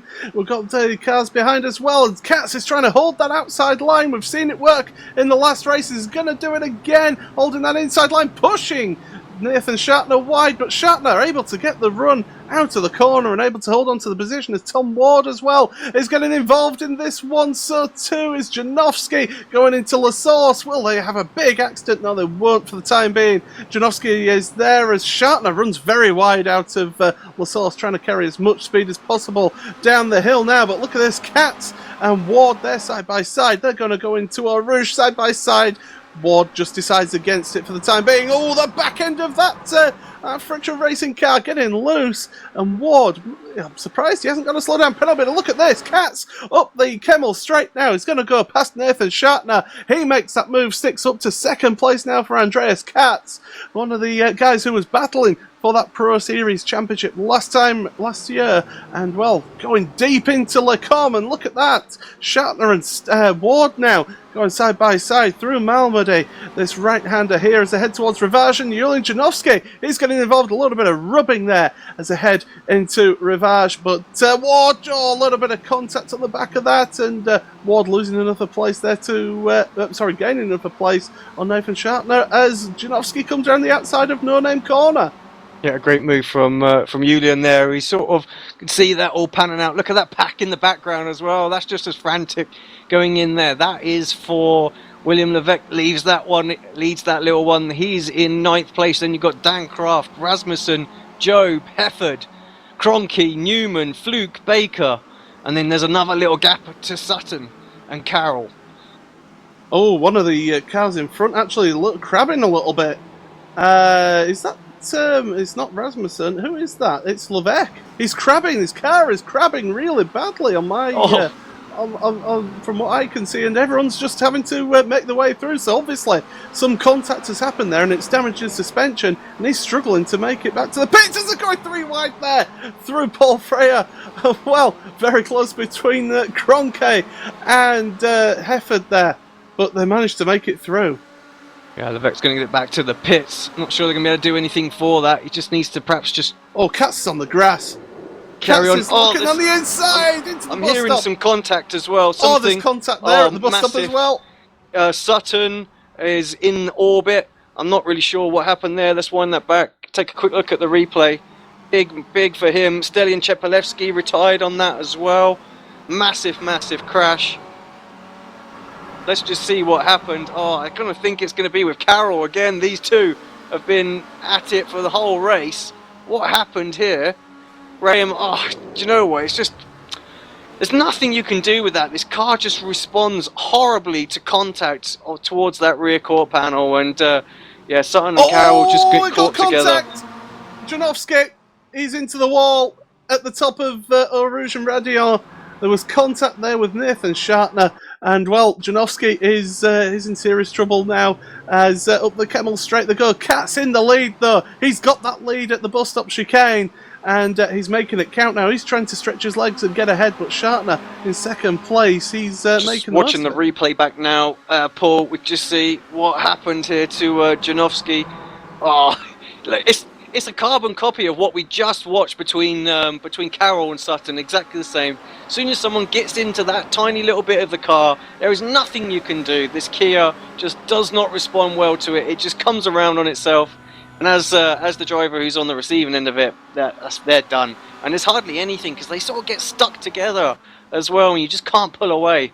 So yeah, poor Janowski out as well. PJ Sturgis, a big loser on this lap. He was in second place across the line. He's got damage on the front of his car, and he's struggling around. He's now down to 10th place. Yeah, he's really got major issues here. Pete Newman's going to come down the inside, and Sturgis, well, we saw one of his teammates, Levesque, having a bit of issues with the car, and he seems to be following him, so major drama there. But Katz is the man out the front. He's 0.9 of a second ahead of Shatner, but we've seen all sorts of action, all sorts of crazy stuff happening here, and well, we usually get that in a race too, don't we, with these Kias? Yeah, this is where it all happens, because you've got drivers, quick drivers coming through. They know they haven't got long. It's only 10 laps that they've got to move forward. So, any opportunity they've got, they take it. Tom Ward runs just a little bit, a little wide. Yeah, through Blanchimont. Did he just take that flat out there and hope for best that he could get it get it back onto the track surface. Well, he's taking the wide line out of the bus stop chicane as well. He's trying desperately to carry as much speed as he possibly can through the exit of the bus stop chicane. One man who is on a move, by the way, Sebastian Job, up to 7th place now, started 33rd on the grid. So he knows how to race this Kia. As we say, he won the BSR TC Pro Series Championship last year. You say that, but surely Rasmussen started even further back than Job, didn't he? Yes, 41st. So there you go. There's another man.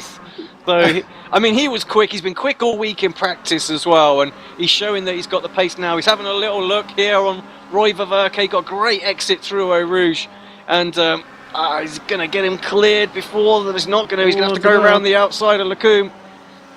See how good he is on the brakes. Oh, very comfortable indeed. Straight around the outside, tucked up behind Brendan Cohen now, who is 4th place in the Grip TV car just ahead.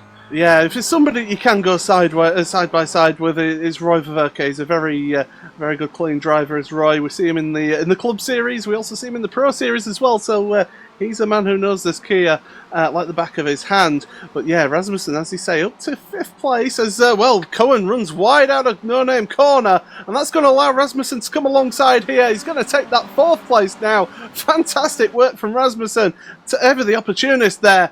And carrying the speed through Pouon there. He's got Tom Ward ahead. Making a little mistake as well through Pouon. Almost opened the door to Job. He's still going to be able to defend the inside through the S's. Job, although carrying a lot of speed right round the outside. That is mighty impressive.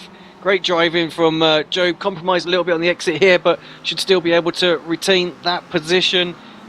Martin Kroenke in the background as well. He's doing a great job. He's almost followed Job through this pack. Just a couple of cars back. But Rasmussen really is the man. This is very impressive. He's only 3.4 seconds off the lead. Last time by, he lapped a second quicker than our race leader as well. So at that kind of rate, he might even still go on and win this. Yeah, and considering that he was making overtakes as well on that lap as well. So it'll be interesting to see how it goes as well. Ward once again going wide, making liberal use of his instant point limit here. Just doing anything he can to stay with the cars in front, and he's not finding it possible as Job goes down the inside there. So up to 5th place for Job. So Rasmussen, he's got a little bit of company now coming through behind him, and Rasmussen knows he's got to make the moves here as he's going to look into the inside of La Source. Is he? No, he's not. He's going to stay behind Tom Ward for the time being. Through La Source they go. Keep it nice and tight through there. Get the good exit out of here. Down the hill. You carry the speed all the way down the hill into Eau Rouge, and Rasmussen is going to look to the inside towards Eau Rouge. Ward going a little bit defensive, but through Eau Rouge they're going to go side by side. And will they make it through? Rasmussen a little bit sideways, but through there. Through Radion at the top of the hill. And that's another place up into 3rd. So podium position here for Frederick after the disaster of the first race that he had going out on lap 1. Yeah, great driving. Job got the run on Ward as well because they were slow through the middle of Eau Rouge. He's clear into the braking zone. Ward has a little look. Job was late on the brakes to get that finish, but doesn't quite make contact with the rear of Rasmussen there. So these two are going to continue their little battle going on it. They've got 2.5 seconds until they reach Nathan Shartner ahead, who has closed up considerably to our leader, Andreas Katz as well. Sorry, Kroenke on Cohen, was that? Yep, yes, he's gone dead inside, yeah, of Rivage. Makes it through before they even make it to the left-hander there at No Name. So Kroenke up to 7th place. You've seen all these fast guys coming through now.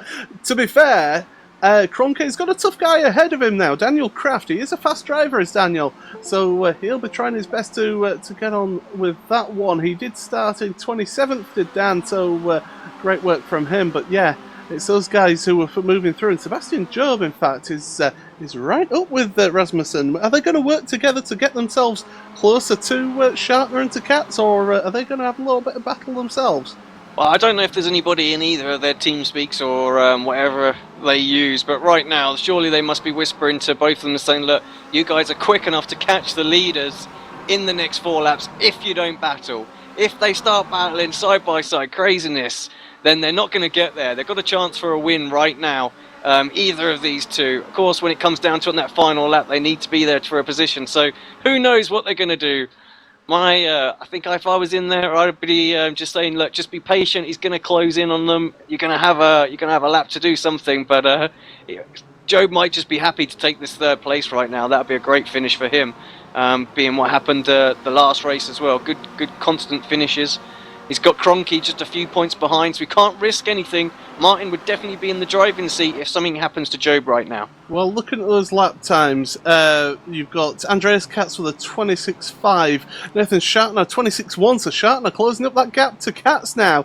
He's putting the pressure on Katz, and then Rasmussen 26.3, so only 0.2 faster than Katz, and Job a 25.7, so Job really on the pace there, but Schartner, he's putting the pressure on Andreas Katz. Katz maybe thought he was going to get away with this one, but Schartner still there with him, and he's going to try and keep pushing on to make that move, as we've got cars side by side further back down. Kraft and Martin Kroenke. Kroenke not able to make it through, going into Lecombe. He's going to try and hold that outside line to get the inside for Malmedy. Kroenke, just having to back out of it a little bit through Malmedy, the right-hander there. But Tom Ward and Dan Kraft, they're battling away as well, going into Rivage. So those two slowing each other up, and Kroenke could just see those cars in front just pulling away.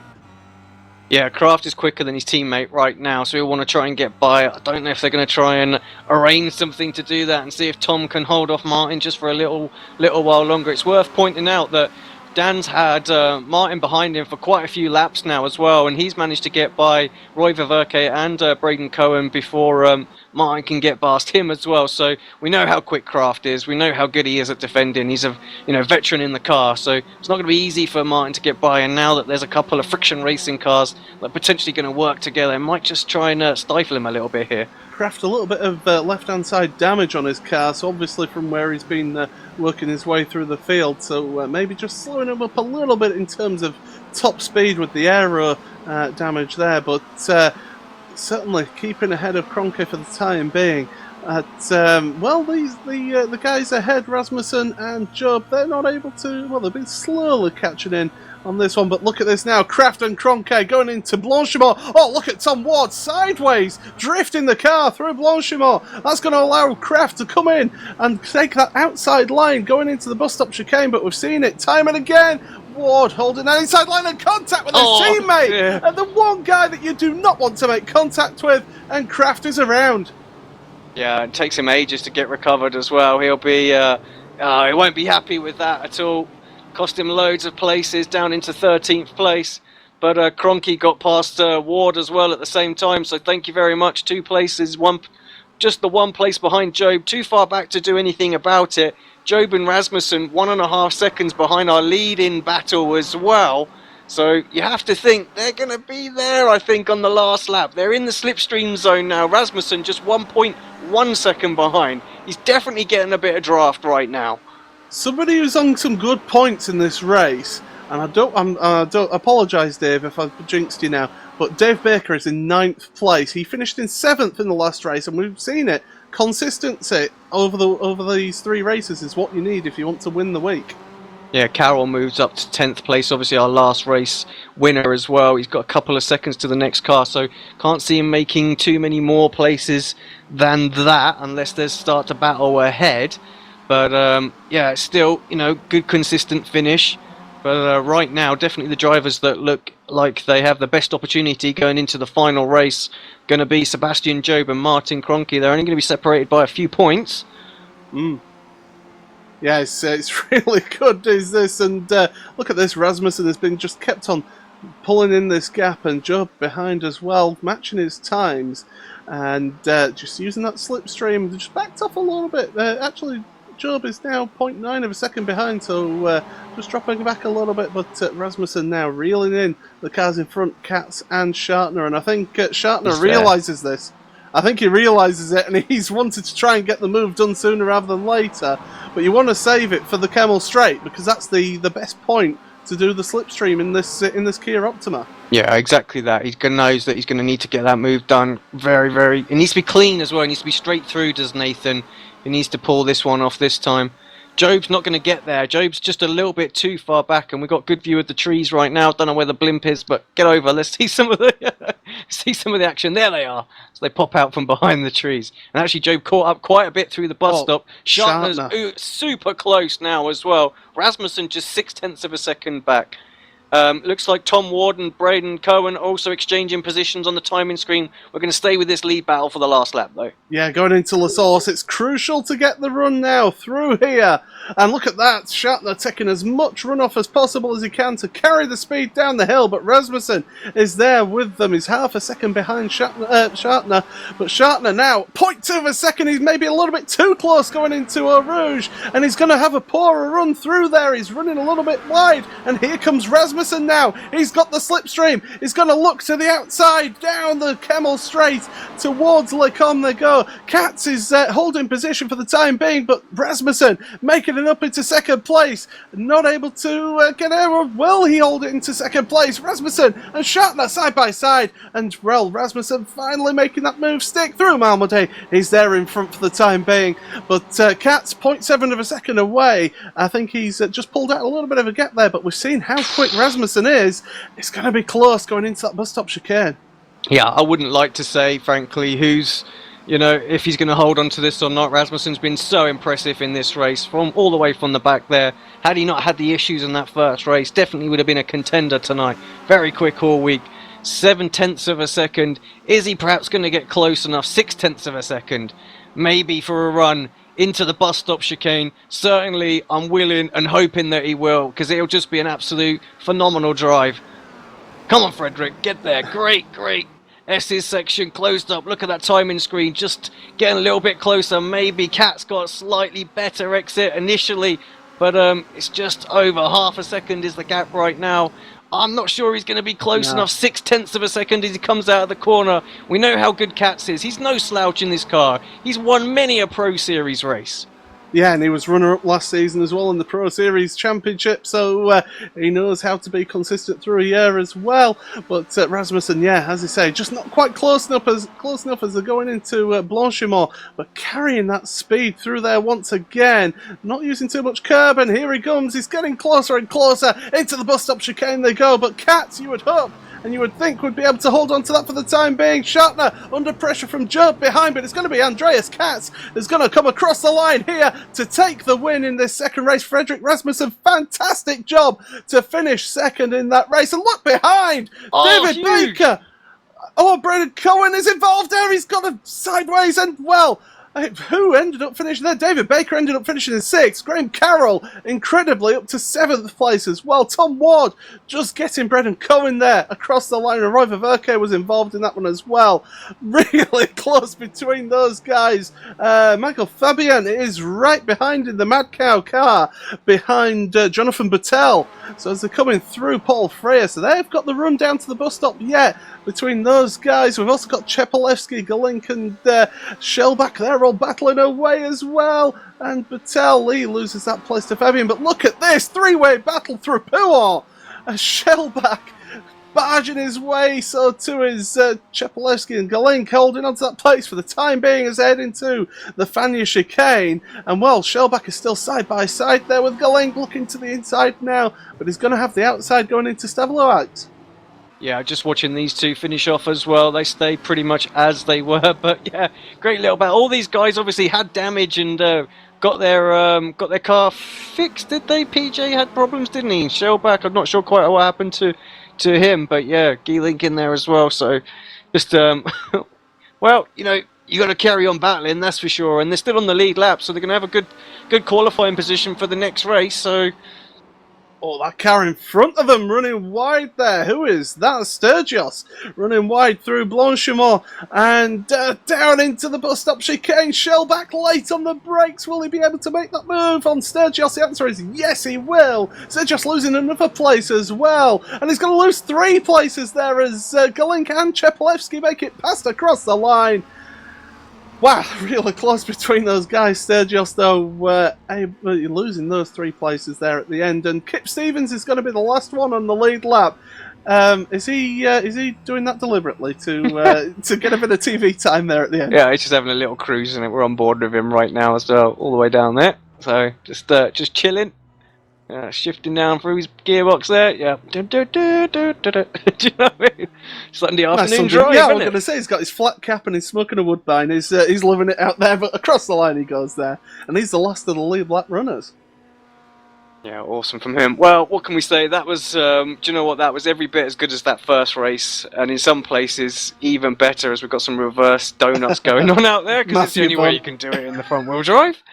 But Yeah, trust yeah, Matthew Bond to do that. fantastic. I mean, all credit's got to go to Rasmussen for that race, because we've seen some reverse grid comebacks before in the past, but never as large as what we've just seen here, and at a circuit that's probably more, it's all the overtaking really comes from the draft, so which also makes overtaking difficult to do when you're in a pack. So still managed to get it through there and all the way to second. Couldn't quite get first. I would have loved to have seen that. Well, to avoid the incident as well at Eau Rouge, don't forget there was that big incident Yeah. involving several cars.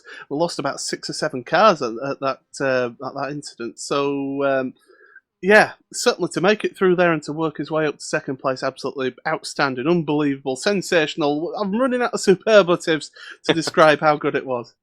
Take us just through the final results again, if you wouldn't mind, please, Paul. Yeah, so winning that second race there, Andreas Katz winning that one ahead of Frederick Rasmussen, as we say, half a second between them. Nathan Shartner and Sebastian Job were third and fourth, with Martin Kroenke fifth. Dave Baker in his lucky sixth place there for him. Graham Carroll in seventh, so that's a good return of points for him as well. Tom Ward and Brendan Cohen and Roy Viverke run out the top 10. And it's Pete Newman, Daniel Kraft, Steve Hefford, Jamie Fluke, Isaac Price finishing 15th, Logan Clampett, William Levesque, Alex Everett, Justin Brunner, and Julian Janowski rounding out the top 20.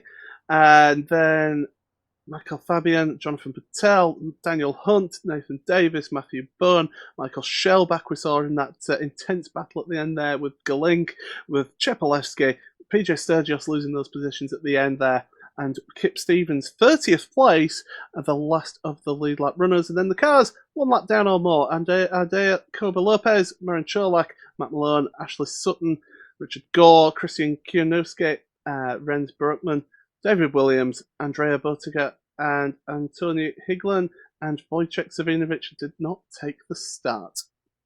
Yeah, Paul Wodge as well. So we lost a few people from that, basically this championship, really. So Lopez pretty much out of it with, 29th place. I know he'll still score points because he's only one lap down. What? Remind me, actually, Paul. I believe it's one lap down that you can Yeah, score one points. lap He finished down. 31st, did Lopez. Oh, sorry. But if it's 2 or more down, isn't it? That's when you don't get the points. So yeah, Lopez sort of still in there, but a little bit out. Higlin out of it now with that DNF. Wodge out of it as well. Sutton with 2 now as well, so he's gone really. Renz had a good first race, terrible second one. So really, I think we all the focus needs to be on Job, Kroenke. Baker's still there if those guys have a bit of a poor race, and Baker has a great Carroll. one. Yeah, Carroll as well. Those are probably the main guys. I would, if I'm be honest, I don't think anybody else really stands out as having a chance. But they've got to make their way through the field again. They have, yeah, absolutely. So, and there's only going to be a few points. Sadly, we won't get the points, I don't think, until they'll be posted on the forums. We might not know on air exactly who it's going to be. Hopefully, they can work it out quickly and let us know. One more race to go. Don't go anywhere as well, just in case you think that was it. Sorry, Paul, cut you off for a second there, just as I saw the numbers dropping on the YouTube. So stick around. We've got one more race to go here at Spa, and the 7K Pro Challenge race for week 13. Alex Simpson, Paul Smith. We'll be right back after this break.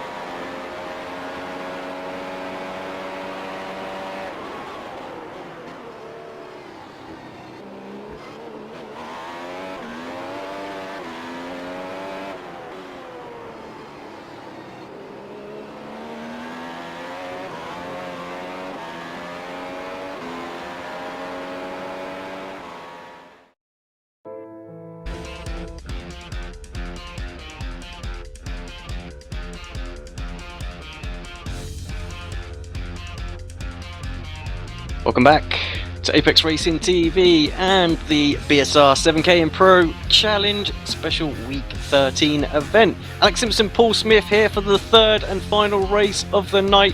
Before we get too further, you guys have got 3 minutes to tell us who is going to win race 3.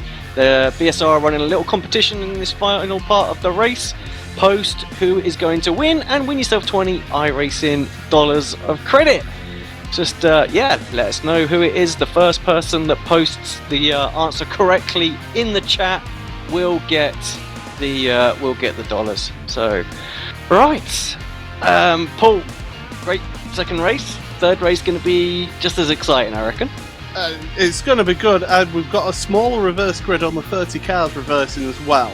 So less cars for the likes of Rasmussen and Job and Graham Carroll as well, and Martin Kroenke and Dave Baker as well, who are all sort of involved in this final race to decide who wins overall in the week.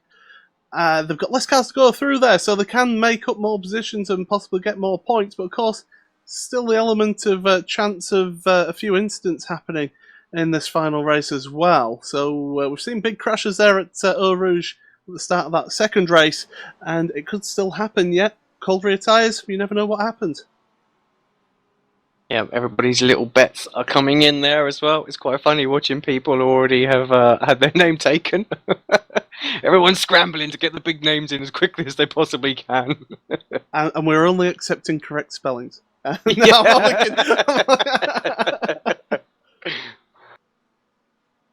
yeah, I mean, how do you see this final race going, Alex? Because it's a high pressure environment. Yeah, it's a bit of a fun race, and it's not for like a championship, but there is this prize pot at the end of it, and somebody does want to win it. Yeah, I honestly think it'll be much the same as what we saw that second race. I don't think it'll go, completely crazy. I mean, although history tells us that it probably will. Based on what we see with the BSR series, this is where elbows seem to come out a little bit more. So who knows? I think on that one, and really, I think anybody could win this race as well. So get your guesses in right now because it might not be one of the people we think are going to win this. Well, last race we saw Andreas win. He started in 8th place on the grid. So he's got plenty of pace, but he's starting in 30th in this race. Frederick Rasmussen 29th. He'll be starting this one, so he's got a few cars to get through there as well. But there's a few drivers up near the front. I know there was Stelin Chepelevsky. He'll be up near towards the front of the grid, which we'll go through in just a few moments. So he'll be one to look out for as well, because he is a very, very fast driver in this Kia. Yeah, and he won the official series this past season, didn't he? If I'm not mistaken. Was it Michael Shelback? I can't remember. No, Chepelevsky, yeah. Yeah, I'm sure it was. Was it Shelback? I can't remember. I think it was Shelback. I'm sure it was Stallion. But so no slouch, and he's got a good opportunity of winning this one as well. But again, we need it spelled right, otherwise you're not having it. So anyway, so all those people putting Cheppy down. So anyway, the grid. It's Kip Stevens on pole position with PJ Sturgis in 2nd place. 3rd place is Stelin Chepelevsky, so starting in 3rd place, he's going to have a good shout for this one. Dave Galenk in 4th with Michael Shelback 5th. Matthew Bunn in 6th with Nathan Davis at 7th. Daniel Hunt 8th, he's a good shout for this one as well. Jonathan Battelle, Michael Fabian, Julian Janowski, Justin Brunner, Alex Everett, William Levesque, and Logan Clampett. They're your top 15. Like I say, Graham Carroll starting 24th. Baker 25th, Martin Kroenke 26th, Sebastian Job 27th, Rasmussen 29th. There's like some of the big names that we're looking for this full weekend. Away you go, Alex, for this final race. Yeah, we're just waiting for Matt Malone to make his way to onto the grid. He has done now. Just waiting for the starter to get this underway. Revs are building here for the final race of the BSR 7K and Pro Challenge. Looked like it might have been a jump start from somebody right at the back of the grid. I'm not sure who that was, but everybody off and underway. Kip, he doesn't hold on. Oh, major sideways moment. We got an accident at the back.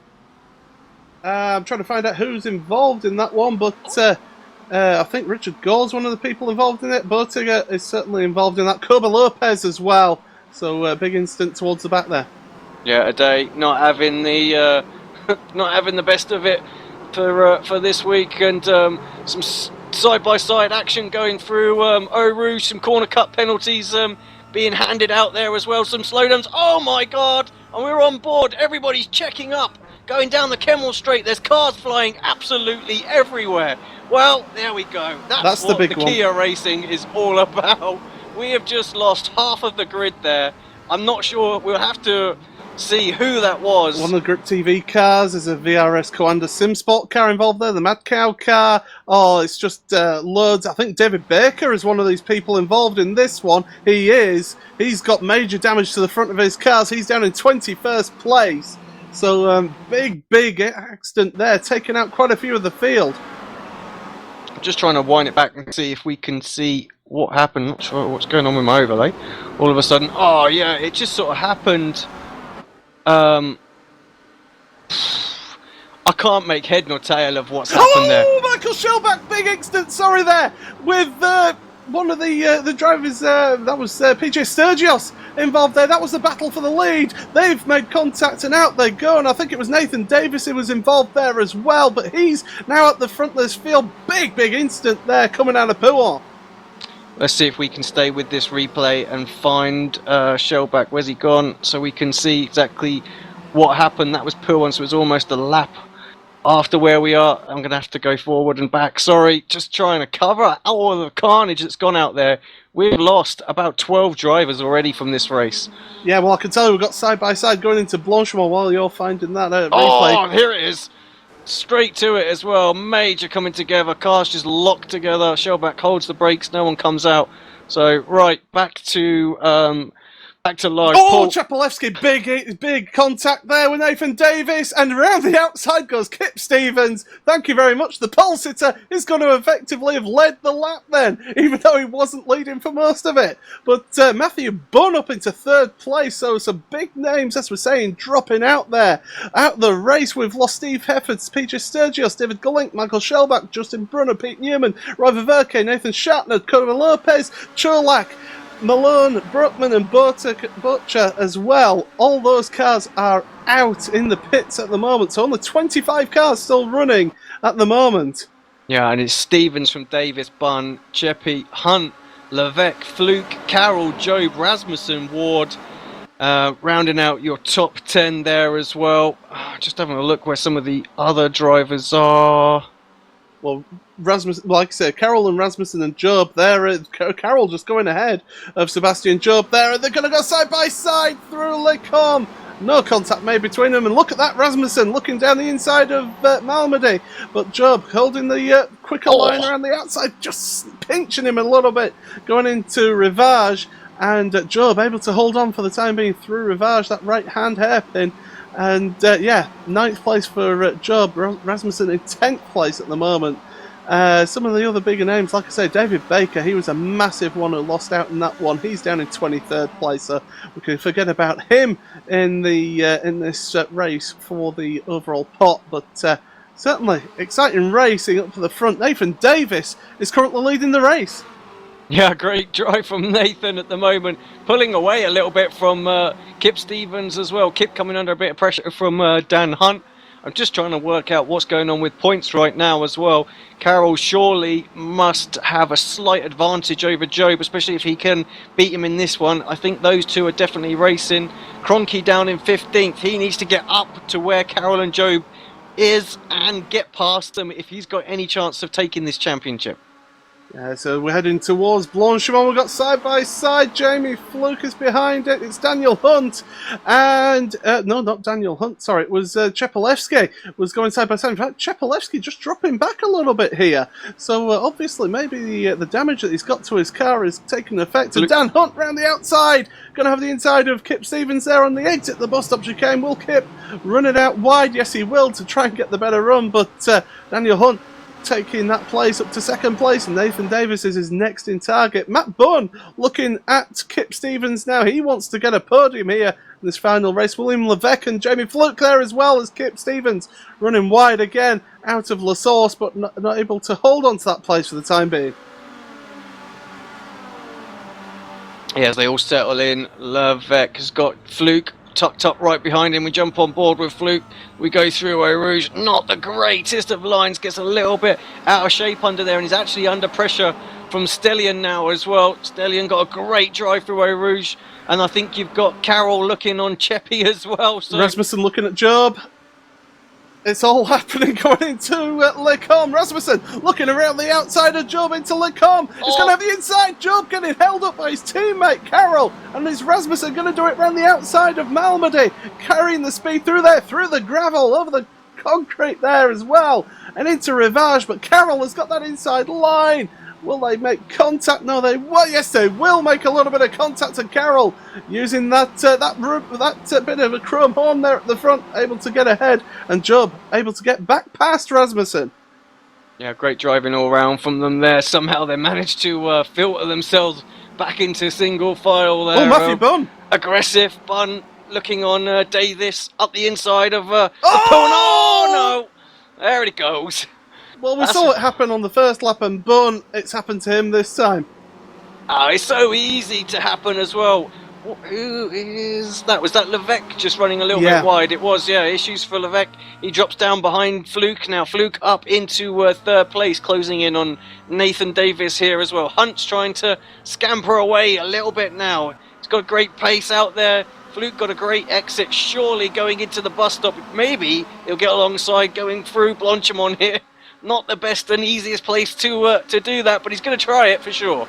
Yeah, Jamie Fluke side by side there with Nathan Davis. Davis going to have to give up that position for the time being. Through Blanchimont they go, and Fluke, fantastic move. Now we know Fluke is quicker. This guy, oh, contact! That was Levesque. Oh, where's Nathan Davis going to come? Oh, just so close to our race leader Dan Hunt there, coming through that chicane. That's the only problem with that bus stop chicane. If you get somebody coming across the grass there, they've got no control as to who they hit. No, not at all. Carroll got Cheppy into the bus stop as well. Rasmussen got Job, and Rasmussen both got Cheppy. Oh, they're checking up, going through there. Rasmussen straight by them both as well. Oh dear, this is not good.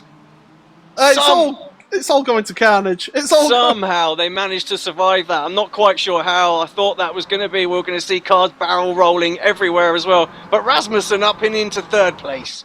This is incredible. Rasmussen once again showing how to make places up in this Kia. He's up to third place. He's giving a good showing in these first two races. Jamie Fluke and Dan Hunt, though, they're clear of those guys, so they're out of the slipstream. Rasmussen is going to have to get his toe down, get the pedal into the Axminster to be able to make it up there as Roy Viverka goes straight on at the Lecombe chicane.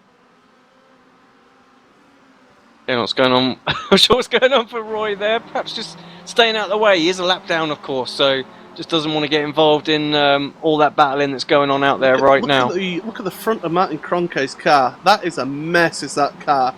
A lot of damage on the front right especially, so he's going to be having issues with top speed going down the straights here. And maybe a little bit of steering damage as well to contend with in this car. Of course, with it being front-wheel drive, any knock to the front suspension has a massive effect on your ability to go around fast in this race. But Cronke in 10th place at the moment. Yeah, 26.4 for him the last time by, so pretty quick, closing up on the drivers ahead of him. But yeah, I think he's 8 seconds back from the leaders. He's going to struggle really to get up to those guys. Especially with that damage, he just needs to try and use the draft the best he can, work his way forward. Just the way it's going off up the front there, he's still in a position where he could win this, because anything can happen to the front guys right now. Carroll, Job, they're really the ones that are battling this out. And yeah, I think if they get together, or somebody gets together with them, then yeah, Martin's in a great position still. Job had to get on the brakes there because he was going to come up alongside Chepelevsky, but decided to get out of it. And that's no, it wasn't Job. Sorry, it was Carroll who had to just get a little bit of a breath of brakes just to stay out the back of Chepelevsky. They come out the bus stop chicane here, so it's Dan Hunt in the lead with 6 laps remaining. Jamie Fluke though has caught up to the back of Hunt, so he's in the slipstream there. Rasmussen is in 3rd place. He's caught up a little bit of time on that last lap as well. And then it's Chepelevsky, Carroll, Job, Stevens, Kiwanowski, Nathan Davis and Martin Kroenke riding out your top 10. But yeah, it's a battle for the lead. It's also a battle for that 4th place at the moment, and Chepelevsky holding on to it. But look at that run that Job has got on his teammate Carroll. We'll just jump on board with Job as well. And he actually had a little lift there as well. He's not got too much pressure behind him, so he's being a bit patient.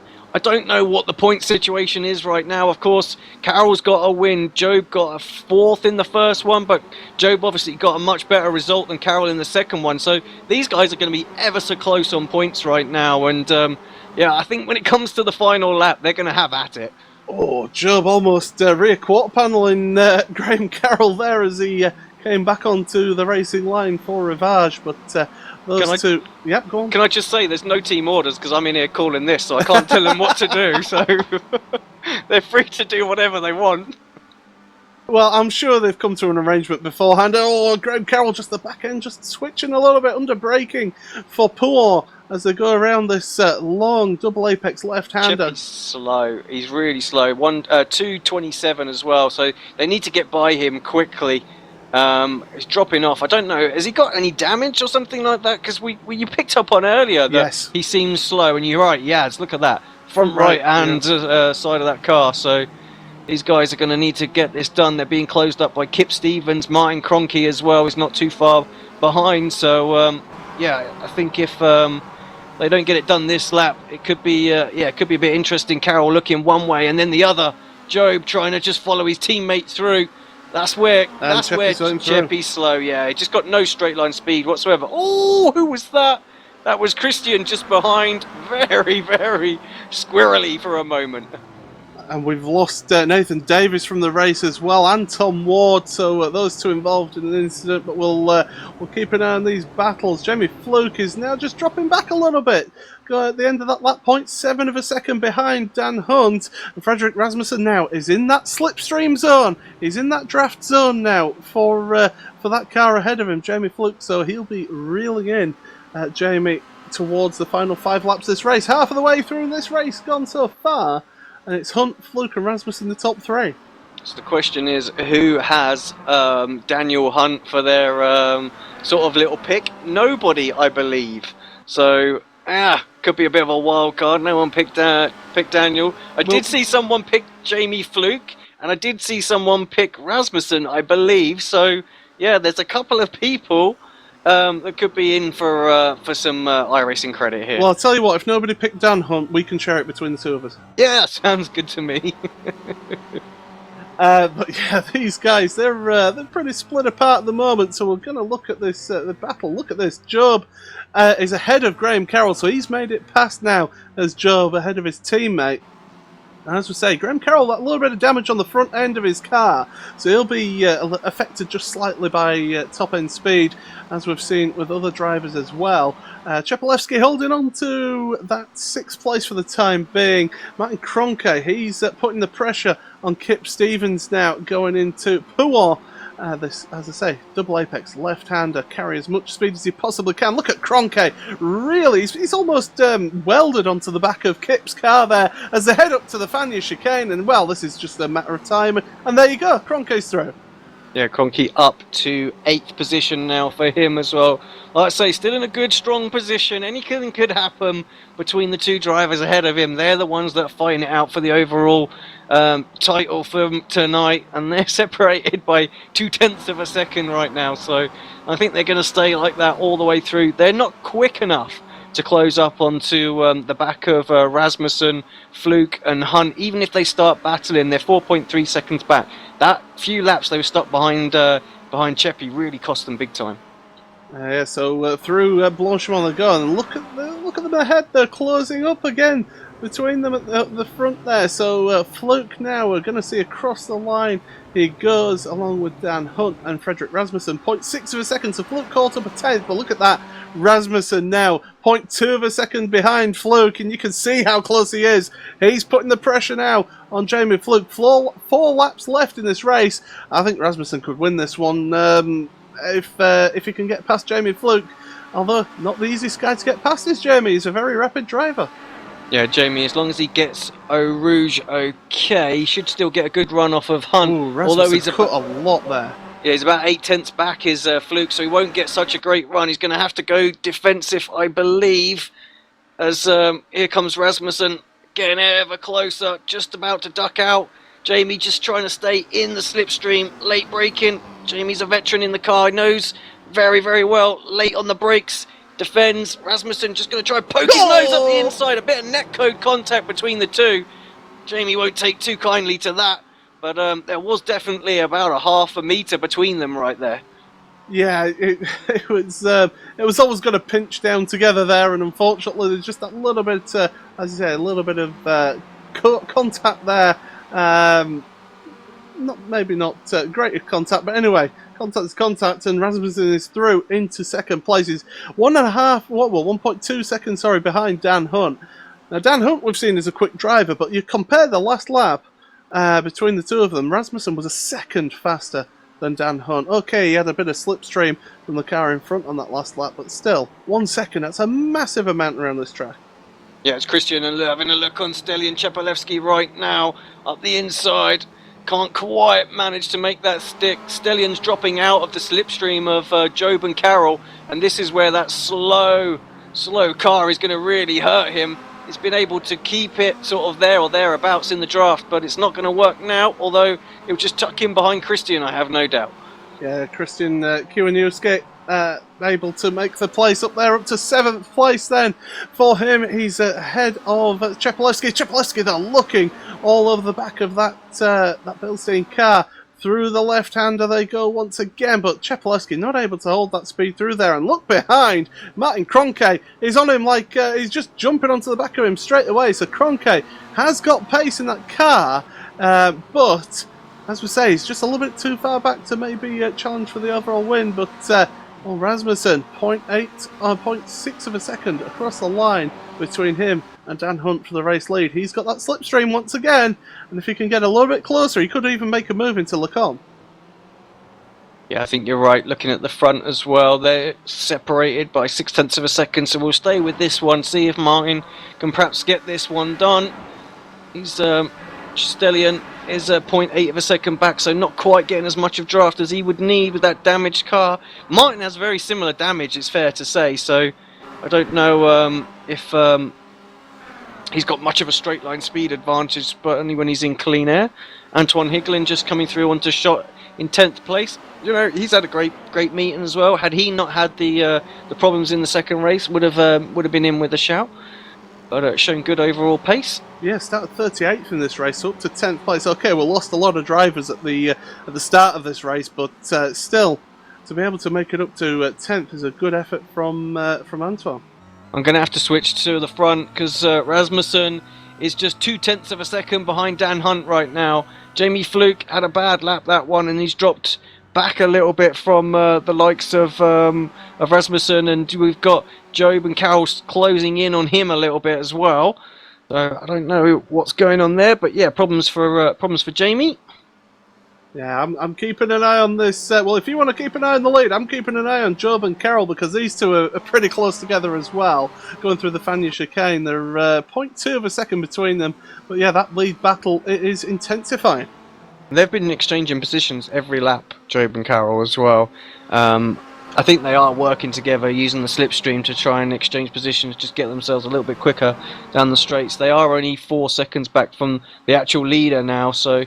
Oh, here comes Rasmussen though, up the inside. It's going to have the inside line through Blanchimont. Oh, Hunt, gets out of shape going through there. He's going to somehow hold on to that. He has to extend a little bit to do it. Rasmussen late on the brakes, but Dan just gives Dan the room more than anything there, and Fluke's already back with them as well. So just one little battle, and instantly he's back in with a shout of this one. Dan Hunt is one of the most robust defenders I have ever driven against in the BSR TC Pro Series. And well, as they go into La Source once again, Rasmussen trying to get that cutback, but Hunt holding it on that apex, just slowing him down on the exit. So trying to really work defensive. And look at this Fluke, as you say, onto the back of them. And all this fighting is allowing Job and Carroll to catch up to them as well. So through Eau Rouge and Radion they go once again. Hunt trying to get the run through there, but Rasmussen in that prime position, holding that slipstream now, and Hunt gonna go defensive. He's looking to the inside,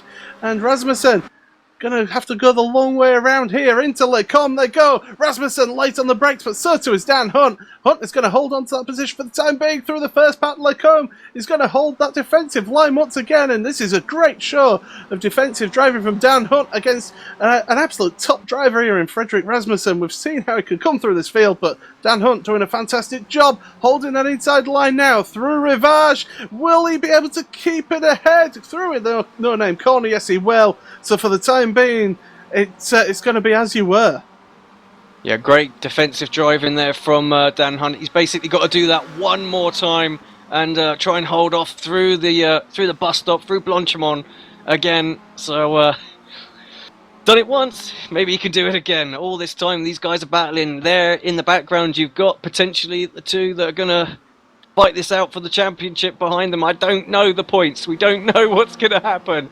Can Carroll just sit behind Job and win this championship event? Does Job need to stay there to win it? Who knows? I don't. Well, I'll tell you what Dan Hunt is doing. He's doing a fantastic job of bringing Jamie Fluke into this, because Fluke will... Oh, look at how wide, almost touching the barrier there. I've heard her try to carry as much speed as possible. That's ridiculous. Through the gravel he goes. Dan Hunt doing absolutely everything he can to keep him Frederick. But, well, Jamie Fluke, I think this is what he wants. He wants Jamie Fluke to get involved in this. He wants him to have a look at Rasmussen, but here comes Rasmussen now into the bus stop chicane. We've seen people make this move all through these three races, and Rasmussen is going to hold that inside line. Through the left-hander here, he's going to get the better exit. Squeeze Dan Hunt! Oh, almost contact there between the two of them. And well, Jamie Fluke now, he's going to look. He's going to try and yank it. We're on to the final lap here. If you are Dan Hunt, I would hold behind for the time being, or is it better to stay ahead? Well, anyway, contact there, and Jamie Fluke, look at that down the inside of La Source now. Is he going to take the lead here? I think he is. They're going side by side down the straight towards Eau Rouge. Don't have an accident here, guys. You've still got a lap to go here. Through the side by side, they're going to slow each other up through Eau Rouge here, over the top of Radion, and here comes Rasmussen. That's exactly what he wanted. They were slowing each other down, but Dan Hunt is currently ahead of Fluke, but Fluke side by side with Rasmussen up the Kemmel straight here towards the Lecombe. Once again, we've got a three-way battle for the lead. Rasmussen holding on to that second place now. He's back into second place ahead of Fluke, but Dan Hunt having to do everything he can here to stay ahead of Rasmussen as they go into Malmedy, Alex. Yeah, great drive from Dan Hunt. He's giving it absolutely everything he can right now, defending everywhere he needs to. I want him to hold on to this. Rasmussen, what a great drive once again. Fluke trying to nip in there. He cunning move really, lined those two drivers up through that first sector there. Wasn't quite able to do it, just got a slowest run out of all three of them through Eau Rouge. Anyone could still get this going into the bus stop. You have to think they're all going to try it. Oh, they certainly will. Carroll has made it ahead of Sebastian Job up the Kemmel straight, so those two have swapped positions once again. But look at this. Rasmussen all over, hounding the back of Dan Hunt here into the Fania chicane. He's looking left, he's looking right. Hunt is deliberately slowing him down on the apexes here. He's doing everything he can. He's trying every little trick that's in the book there into Stavelo. This is where you need to carry the speed now through the second part that Paul Freyer. And Dan Hunt, well, we saw him carry speed last time using the runoff. He's going to use it again. Just not as quite as wide this time, but here we go as they head towards Blanchimont. And we're going to see Dan Hunt and Rasmussen go side by side. Rasmussen making the move here, looking to the inside of Blanchimont. We almost contact the door-to-door. Through Blanchimont, there's contact made there. And here comes Jamie Fluke. He's going to come down the inside past Hunt. Oh, Hunt's disqualified from the race. So it's Jamie Fluke. Side by side, Rasmussen, contact. Through they go there. Well, who's going to come through his Sebastian Job going to do it? Job's involved there. So too is Carroll. Job is going to come through here. But here's Jamie Fluke across the line. Here he's going to win it in dramatic style. Oh, what a way to finish this third race off here. Absolutely incredible stuff there. And, well, we saw that there was a little bit of craziness at the start of it. But what a crazy way to finish the race there, Alex. Oh, amazing finish there. I want to watch that back and see exactly what happened there, because there was definite contact. Where's the camera angle when you need it? Well, I can tell. Well, while you're trying to find that, Dave Baker is coming through in 15th place. He'll be disappointed with that after the race. In fact, no, he's 16th place, should I say, across the line. I do believe he's one of the final runners. No, Janowski, Kraft, Cohen, and Pete Newman is the last of the lead lap runners. While you try to find that out. Yeah, here we go. So we're on board, coming through Paul Frere right now. Jamie got a great run through there as well. Rasmussen looking good as well. We're on board with Jamie. Was he squeezed?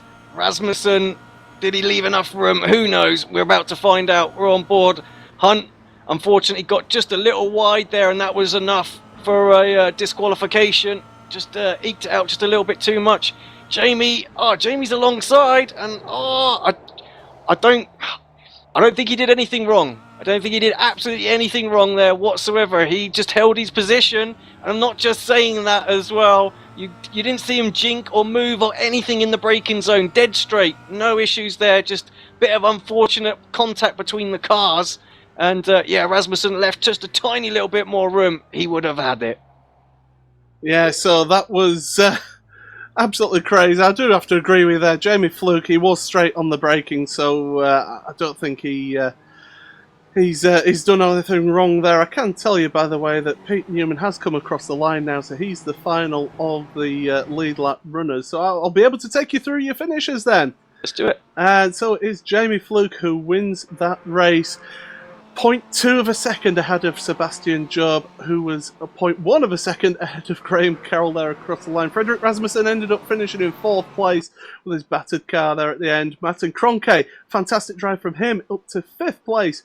With Christian Kiwanuski in 6th place. Shakalevsky still in with that damage, dropping down to 7th place. Anton Higlan, 38th to 8th. Fantastic drive from him, with Andreas Katz 30th to 9th in that race, with Kip Stevens after finishing out your top 10. Then behind them, Richard Gore, Logan Clampett with 11th to 12th, Isaac Price in 13th with Michael Fabian in 14th, Jonathan Battelle in 15th with David Baker in 16th place, Julian Janowski and Daniel Kraft 17th and 18th with Braden Cohen and Pete Newman, the last of the lead lap runners, in 19th and 20th. And then the cars, one lap down or more. Dan Hunt, we saw, get disqualified at the end. River Verke was a lap down for most of that race. And then drivers who didn't finish the race: Nathan Davis, Tom Ward, William Levesque, Matthew Bunn, David Glink, Alex Everett, PJ Sturgios, Nathan Shartner, Justin Brunner, Renz Brookman, Matt Malone, Marin Cholak, Andrea Butcher, Michael Shellback, Steve Hefford, and Adair Koba Lopez all did not finish that race. A massive amount of DNFs in that one, but crazy finish to that fantastic race there, Alex. Yeah, just there's some questions being asked in the chat, Paul. So what's your view on that final incident? Obviously, completely unbiased as well. So tell us what you thought of that. Well, I mean, until I think Rasmussen moved across. I don't think he needed to move across quite as much as he did in the braking zone. It's a pet peeve of a few of the BSR drivers as well. I know that they're moving across the braking zone, and you're on heavy braking. The rear end is unloaded. It's going to turn the car around, and Jamie Fluke, he couldn't go anywhere. He's over to the left hand side of the track. So racing incident. Yeah, get on with it. Yeah, I agree. Exactly what I said. Just yes, some couple people not 100% sure on that. So I just wanted to get another opinion on that as well.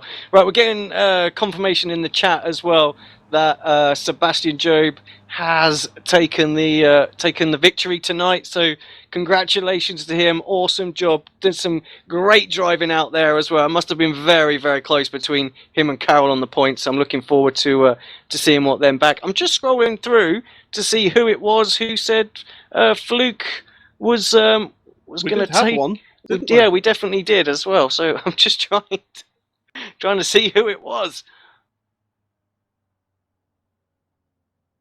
I've got to say, just as a whole, this whole event, it's been absolutely fantastic. I've enjoyed commentating on it. I'm glad I wasn't out there racing with some of the action that was going on. So certainly great to commentate on, and hopefully they do this again, because it certainly was a good competitive, action-packed series of races. Oh, it was brilliant. Really enjoyed it, calling the action. And the drivers might not know it as well, but this will be going up on Motors TV in about 3 or 4 weeks' time. So, yeah, we kept that one back as a little surprise. It's going to be a little filler week for the BSR Pro Series for when we have our off weeks. But, yeah, should be some entertaining watching. If you fancy watching it back, it'll be on a Tuesday night around about 5, 6 o'clock sort of GMT, depending on where you are in the world. It varies depending on if you're watching the European show or you're watching the UK version. Yeah, unfortunately, people have to put up with my dulcet tones for the tea time. So, but it was brilliant. I've thoroughly enjoyed it. I know that there's a few sort of incidents involved in that first lap thing up the Kemmel Straight. I've yet to see who actually started that off. I'm going to have a look at that. But that was a huge incident that took out most of the field, unfortunately. Why my chat doesn't scroll back up enough?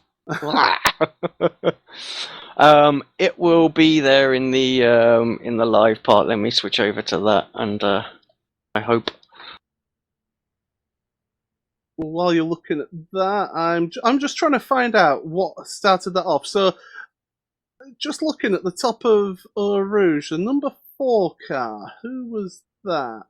That was David Galick. Was sideways coming out of Eau Rouge. There was plenty of slow downs as well, and he got hit by the Mad Cow car. Alex Everett then got involved in that one, and people were coming through there, and people were starting to check up, and because they were starting to check up, there was Steve Hefford just checked up there at the top of the hill, and that sent one of the INX cars flying end over end and out that race. But yeah, plenty of people involved in that one. I was just seeing who else involved. One of the friction cars, another one of the Simpson cars was involved there. It was just a big incident, but it was that initial one of Galink getting into the barrier there on the exit of Radion that caused that one. Crazy stuff. Cars are just everywhere. We were on board with somebody, and I could just see it in the distance from the camera shot there. It was just craziness. So, but yeah, most got through it, to be fair, and it was good to see that from far back they were checking up and everything else like that. We've certainly seen worse where they've just come ploughing in there. So what, like Brazil last season, or Watkins Glen this season? Yeah, Watkins was the one that stands out for me. So yeah. Well, Paul, thanks very much for joining me for this one. It's been a great event. Congratulations to Sebastian again, and all the winners tonight as well. Rasmussen needs a shout out because he did a stellar job all night, and shame about the first race. Otherwise, he would have been right there as well. We will find out who has won the $20 and get that sent over. I'll let Kip know who that is. That'll be saved in the chat. Well, I can check back a little bit later on. Yeah, final thoughts, really, Paul? Final thoughts. I want another one of these events. It was absolutely fantastic. And I tell you what, the other Adam Bath and Andrew Woodhouse will have to have a good job trying to pry me out of the commentary box for that one. Yeah, they missed a cracking one tonight. I think they'd have thoroughly enjoyed that. But yep, thank you very much, sir. Thank you everybody for tuning in and watching in the event and all the chat and comments and things like that. We'll hopefully we'll be back in 13 weeks time for another one of these events. Let's hope the guys want to jump in and have a play after what we've had tonight. But yeah, thanks very much. Tune in to the BSR Pro Series next Thursday. and that's at 7 o'clock GMT, and also will be on Motors TV. But from myself, Alex Simpson, Paul Smith, it's a good night, and we'll see you again in a week's time.